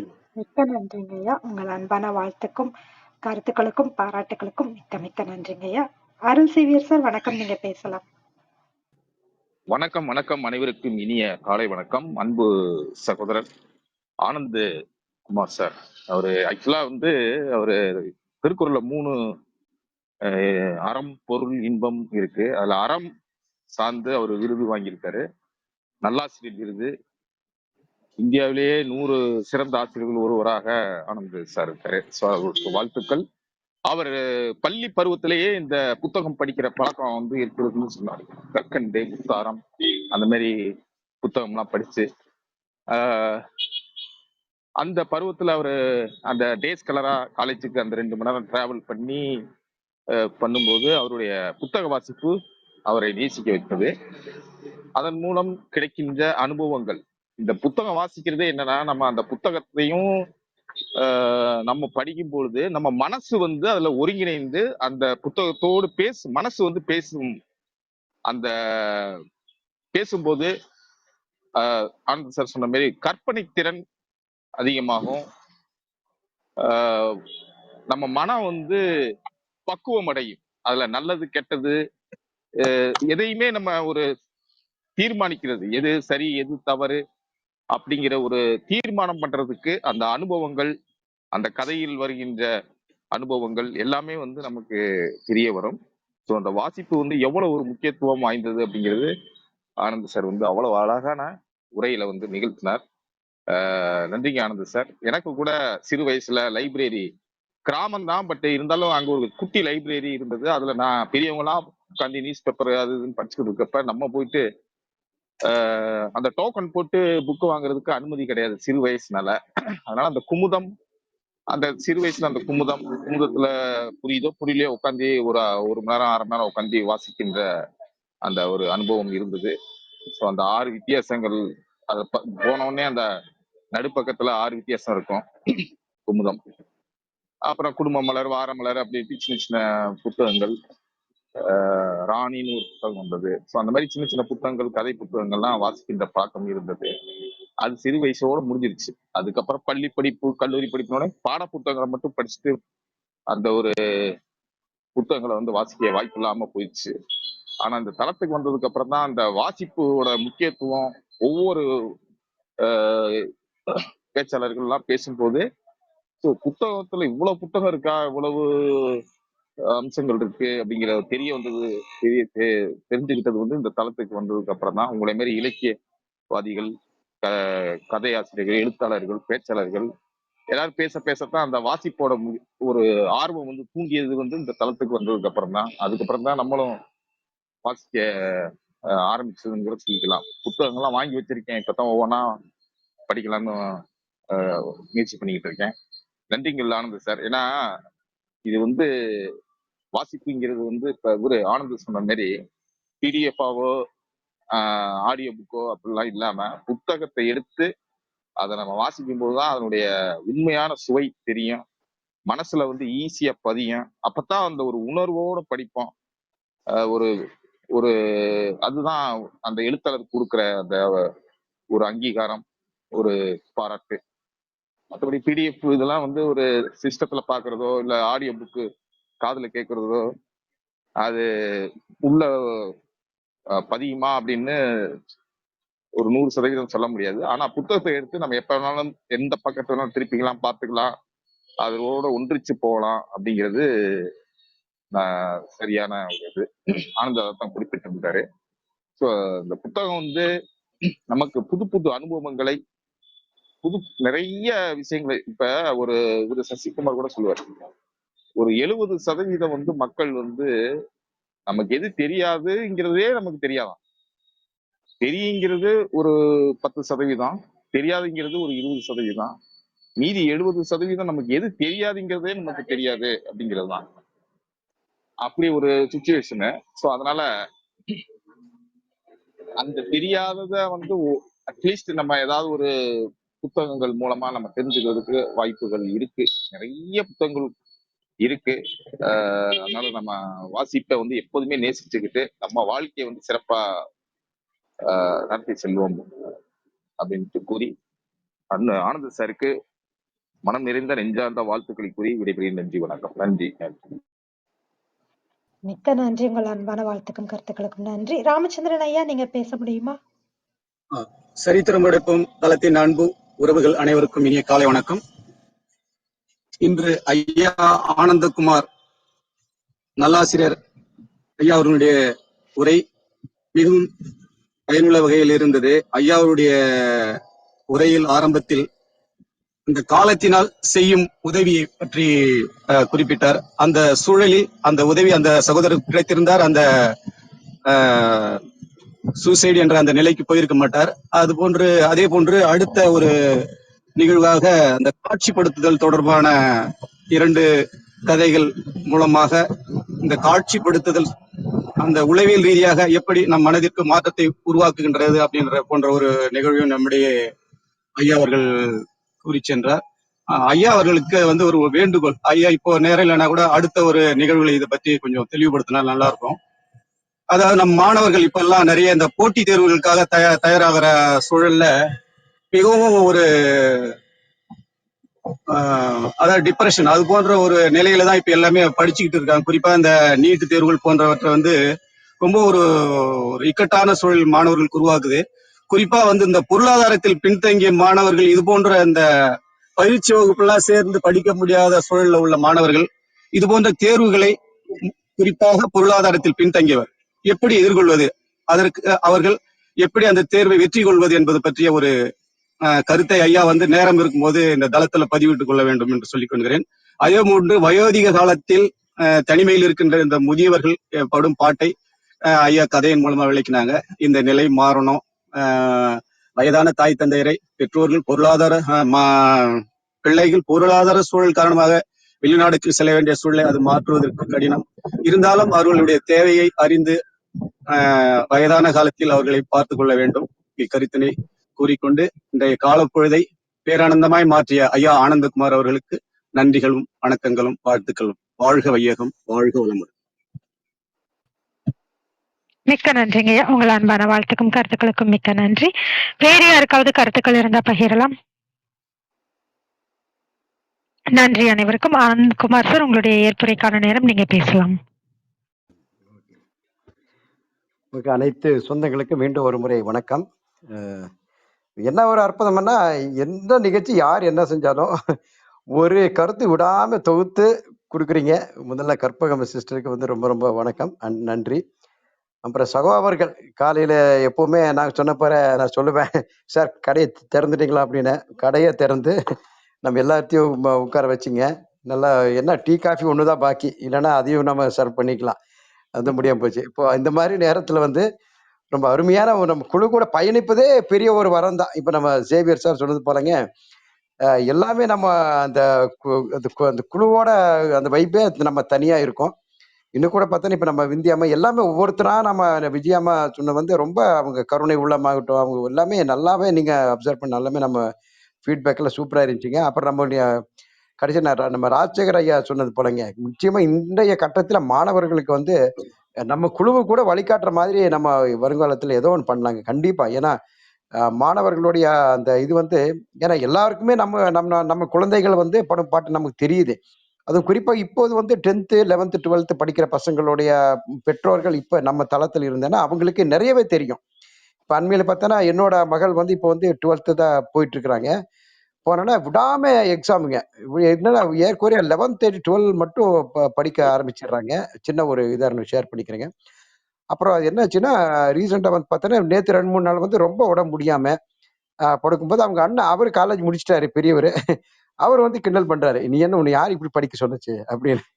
எக்ஸாம் வரும்போது தானே படிக்கணும். ஏன்னா அவங்க கொஞ்சம் கொஞ்சம் இதுங்க, அவங்க கொஞ்சம் கொஞ்சம் நல்லா அவங்க அந்த 19 கிட்ஸ் அந்த ரேஞ்சில் வர்றாங்க. இவங்க 2000. அப்போ நீ இவனை யார் படிக்க சொன்ன சொல்லி இவங்களுக்குள்ள அந்த சிப்லிங்ஸ்குள்ள சண்டை. அவர் ரொம்ப ரொம்ப அழுக. அப்ப பாருப்பா இவ எவ்வளோ என்ன தொந்தரவு பண்ற பாருங்க, நானா படிக்கிறேன், நானா விரும்பி இருக்கிறேன். ஸ்கூல்ல அந்த மாதிரி கொடுக்குறாங்க. ஏன்னா அவ எல்லாமே ஃபர்ஸ்ட் வர்ற பொண்ணு தான். அதனால என்னையும் எதிர்பார்க்கறாங்க. நான் படிக்கிறது ஒரு விஷயம், அப்புறம் ஸ்கூல்லயும் எதிர்பார்க்கறாங்க. அப்புறம் நான் நீங்களும் என்ன படிங்க சொல்றது இல்லை, இருந்தாலும் நான் ஏன் படிக்கிறேன்னு இவனுக்கு புரிய மாட்டேங்குது அண்ணாவுக்கு அப்படின்னு சொல்லிட்டு, அப்ப ஒவ்வொரு வீட்லயும் இது நடந்துட்டே இருக்குது ஒவ்வொரு நாளுமே. அப்ப நம்ம தளத்து மொழி ஏதாவது செய்ய முடியும்னா நிச்சயமா நம்ம அதையும் செய்யலாம். இப்போ இன்னும் கூட அண்மையில பார்த்தோன்னா இந்த கல்வித்துறையில பார்த்தோன்னா இப்போ இப்போ வரும்போது இப்போ 12th மார்க் மட்டும் தான் நம்ம எடுத்துட்டு இருந்தாங்க. இந்த வருங்காலத்துல 9ல இருந்தே மார்க் எடுப்பாங்களாமா. இப்ப 9th ஸ்டாண்டர்ட்ல ஒரு 15%, 10th 20%, 11th 40, மீதி 60% 12th எடுக்கிறேன். இந்த மாதிரி சிஸ்டம் எல்லாம் பண்ணிட்டு இருக்கிறாங்க.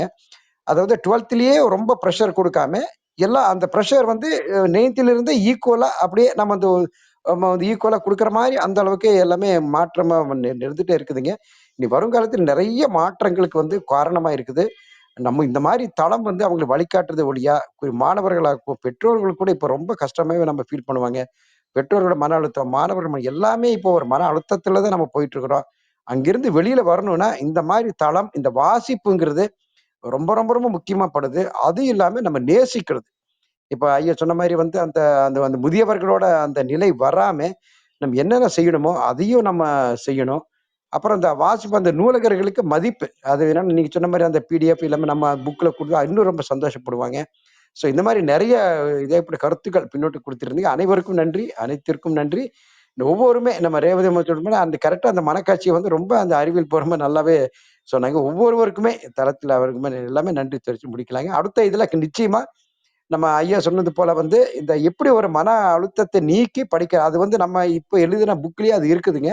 அதுல வந்து ஸ்பெஷலா அதுக்கு வேண்டி ஒன்று போட்டிருக்கிறேன். அது வந்து நம்ம தளத்துல நம்ம பெற்றோர்களுக்கு நம்ம நமக்கு ஒரு இன்ட்ரெஸ்டா ஒரு ஆர்வம் வர்ற மாதிரி எப்படி நம்ம அதை மாத்தலாங்கிறத மாத்தி ஒரு நிச்சயமா நம்ம அதை டிஸ்கஸ் பண்ணாங்க. ரொம்ப நன்றி, ரொம்ப நன்றி sir. Over to you sir. Over to you. மிக்க நன்றிங்க சார். ஐயா உங்களுடைய ஆலோசனைக்கு ரொம்ப நன்றிங்க ஐயா. நன்றிங்க. நிச்சயம். நன்றிங்கய்யா, மிக்க நன்றிங்க சார். மிகவும் சிறப்பான கருத்துக்கள், புத்தக பற்றிய பகிர்வுகள், வாசிப்பை நேசிக்கிறது குறித்து உங்களுடைய பார்வை அப்படின்னு மிக சிறப்பாக இன்றைய நிகழ்வு இருந்தது. அனைவர் சார்பாகவும் சரித்திரம் படைப்போம் தளம் சார்பாகவும் மனமார்ந்த நன்றிகள். பேச்சாளர்களாக கலந்து கொண்டு தங்கள் அன்பையும் வாழ்க்கையும் கருத்துக்களையும் பகிர்ந்து கொண்ட ஒவ்வொருவருக்கும் நன்றி. தொடர்ந்து பொறுமையாக கவனித்துக் கொண்டிருக்கும் அனைத்து கவனிப்பாளர்களுக்கும் நன்றி. குறுஞ்செய்தி வாயிலாக வாழ்த்துக்களை பகிர்ந்து கொண்ட அன்பு சார் அவர்களுக்கு நன்றி. மறு ஒலிபரப்பு வாயிலாக கேட்கவிருக்கும் அனைவருக்கும் நன்றி. மீண்டும் நாளை காலை 6 மணிக்கு சென்னை டூர்ஸ் அண்ட் டிராவல்ஸ் நிறுவனர் மோகனப்பிரியா அவர்களின் சிறப்பு நேர்காணல் நிகழ்வில் அனைவரும் கலந்து கொள்ள வேண்டும் என்று கேட்டுக்கொண்டு விடைபெற்றுக் கொள்கிறோம். அனைவருக்கும் நன்றி, அனைத்திற்கும் நன்றி, ஆண்டவனுக்கும் நன்றி. 5, 4, 3, 2, 1 நன்று.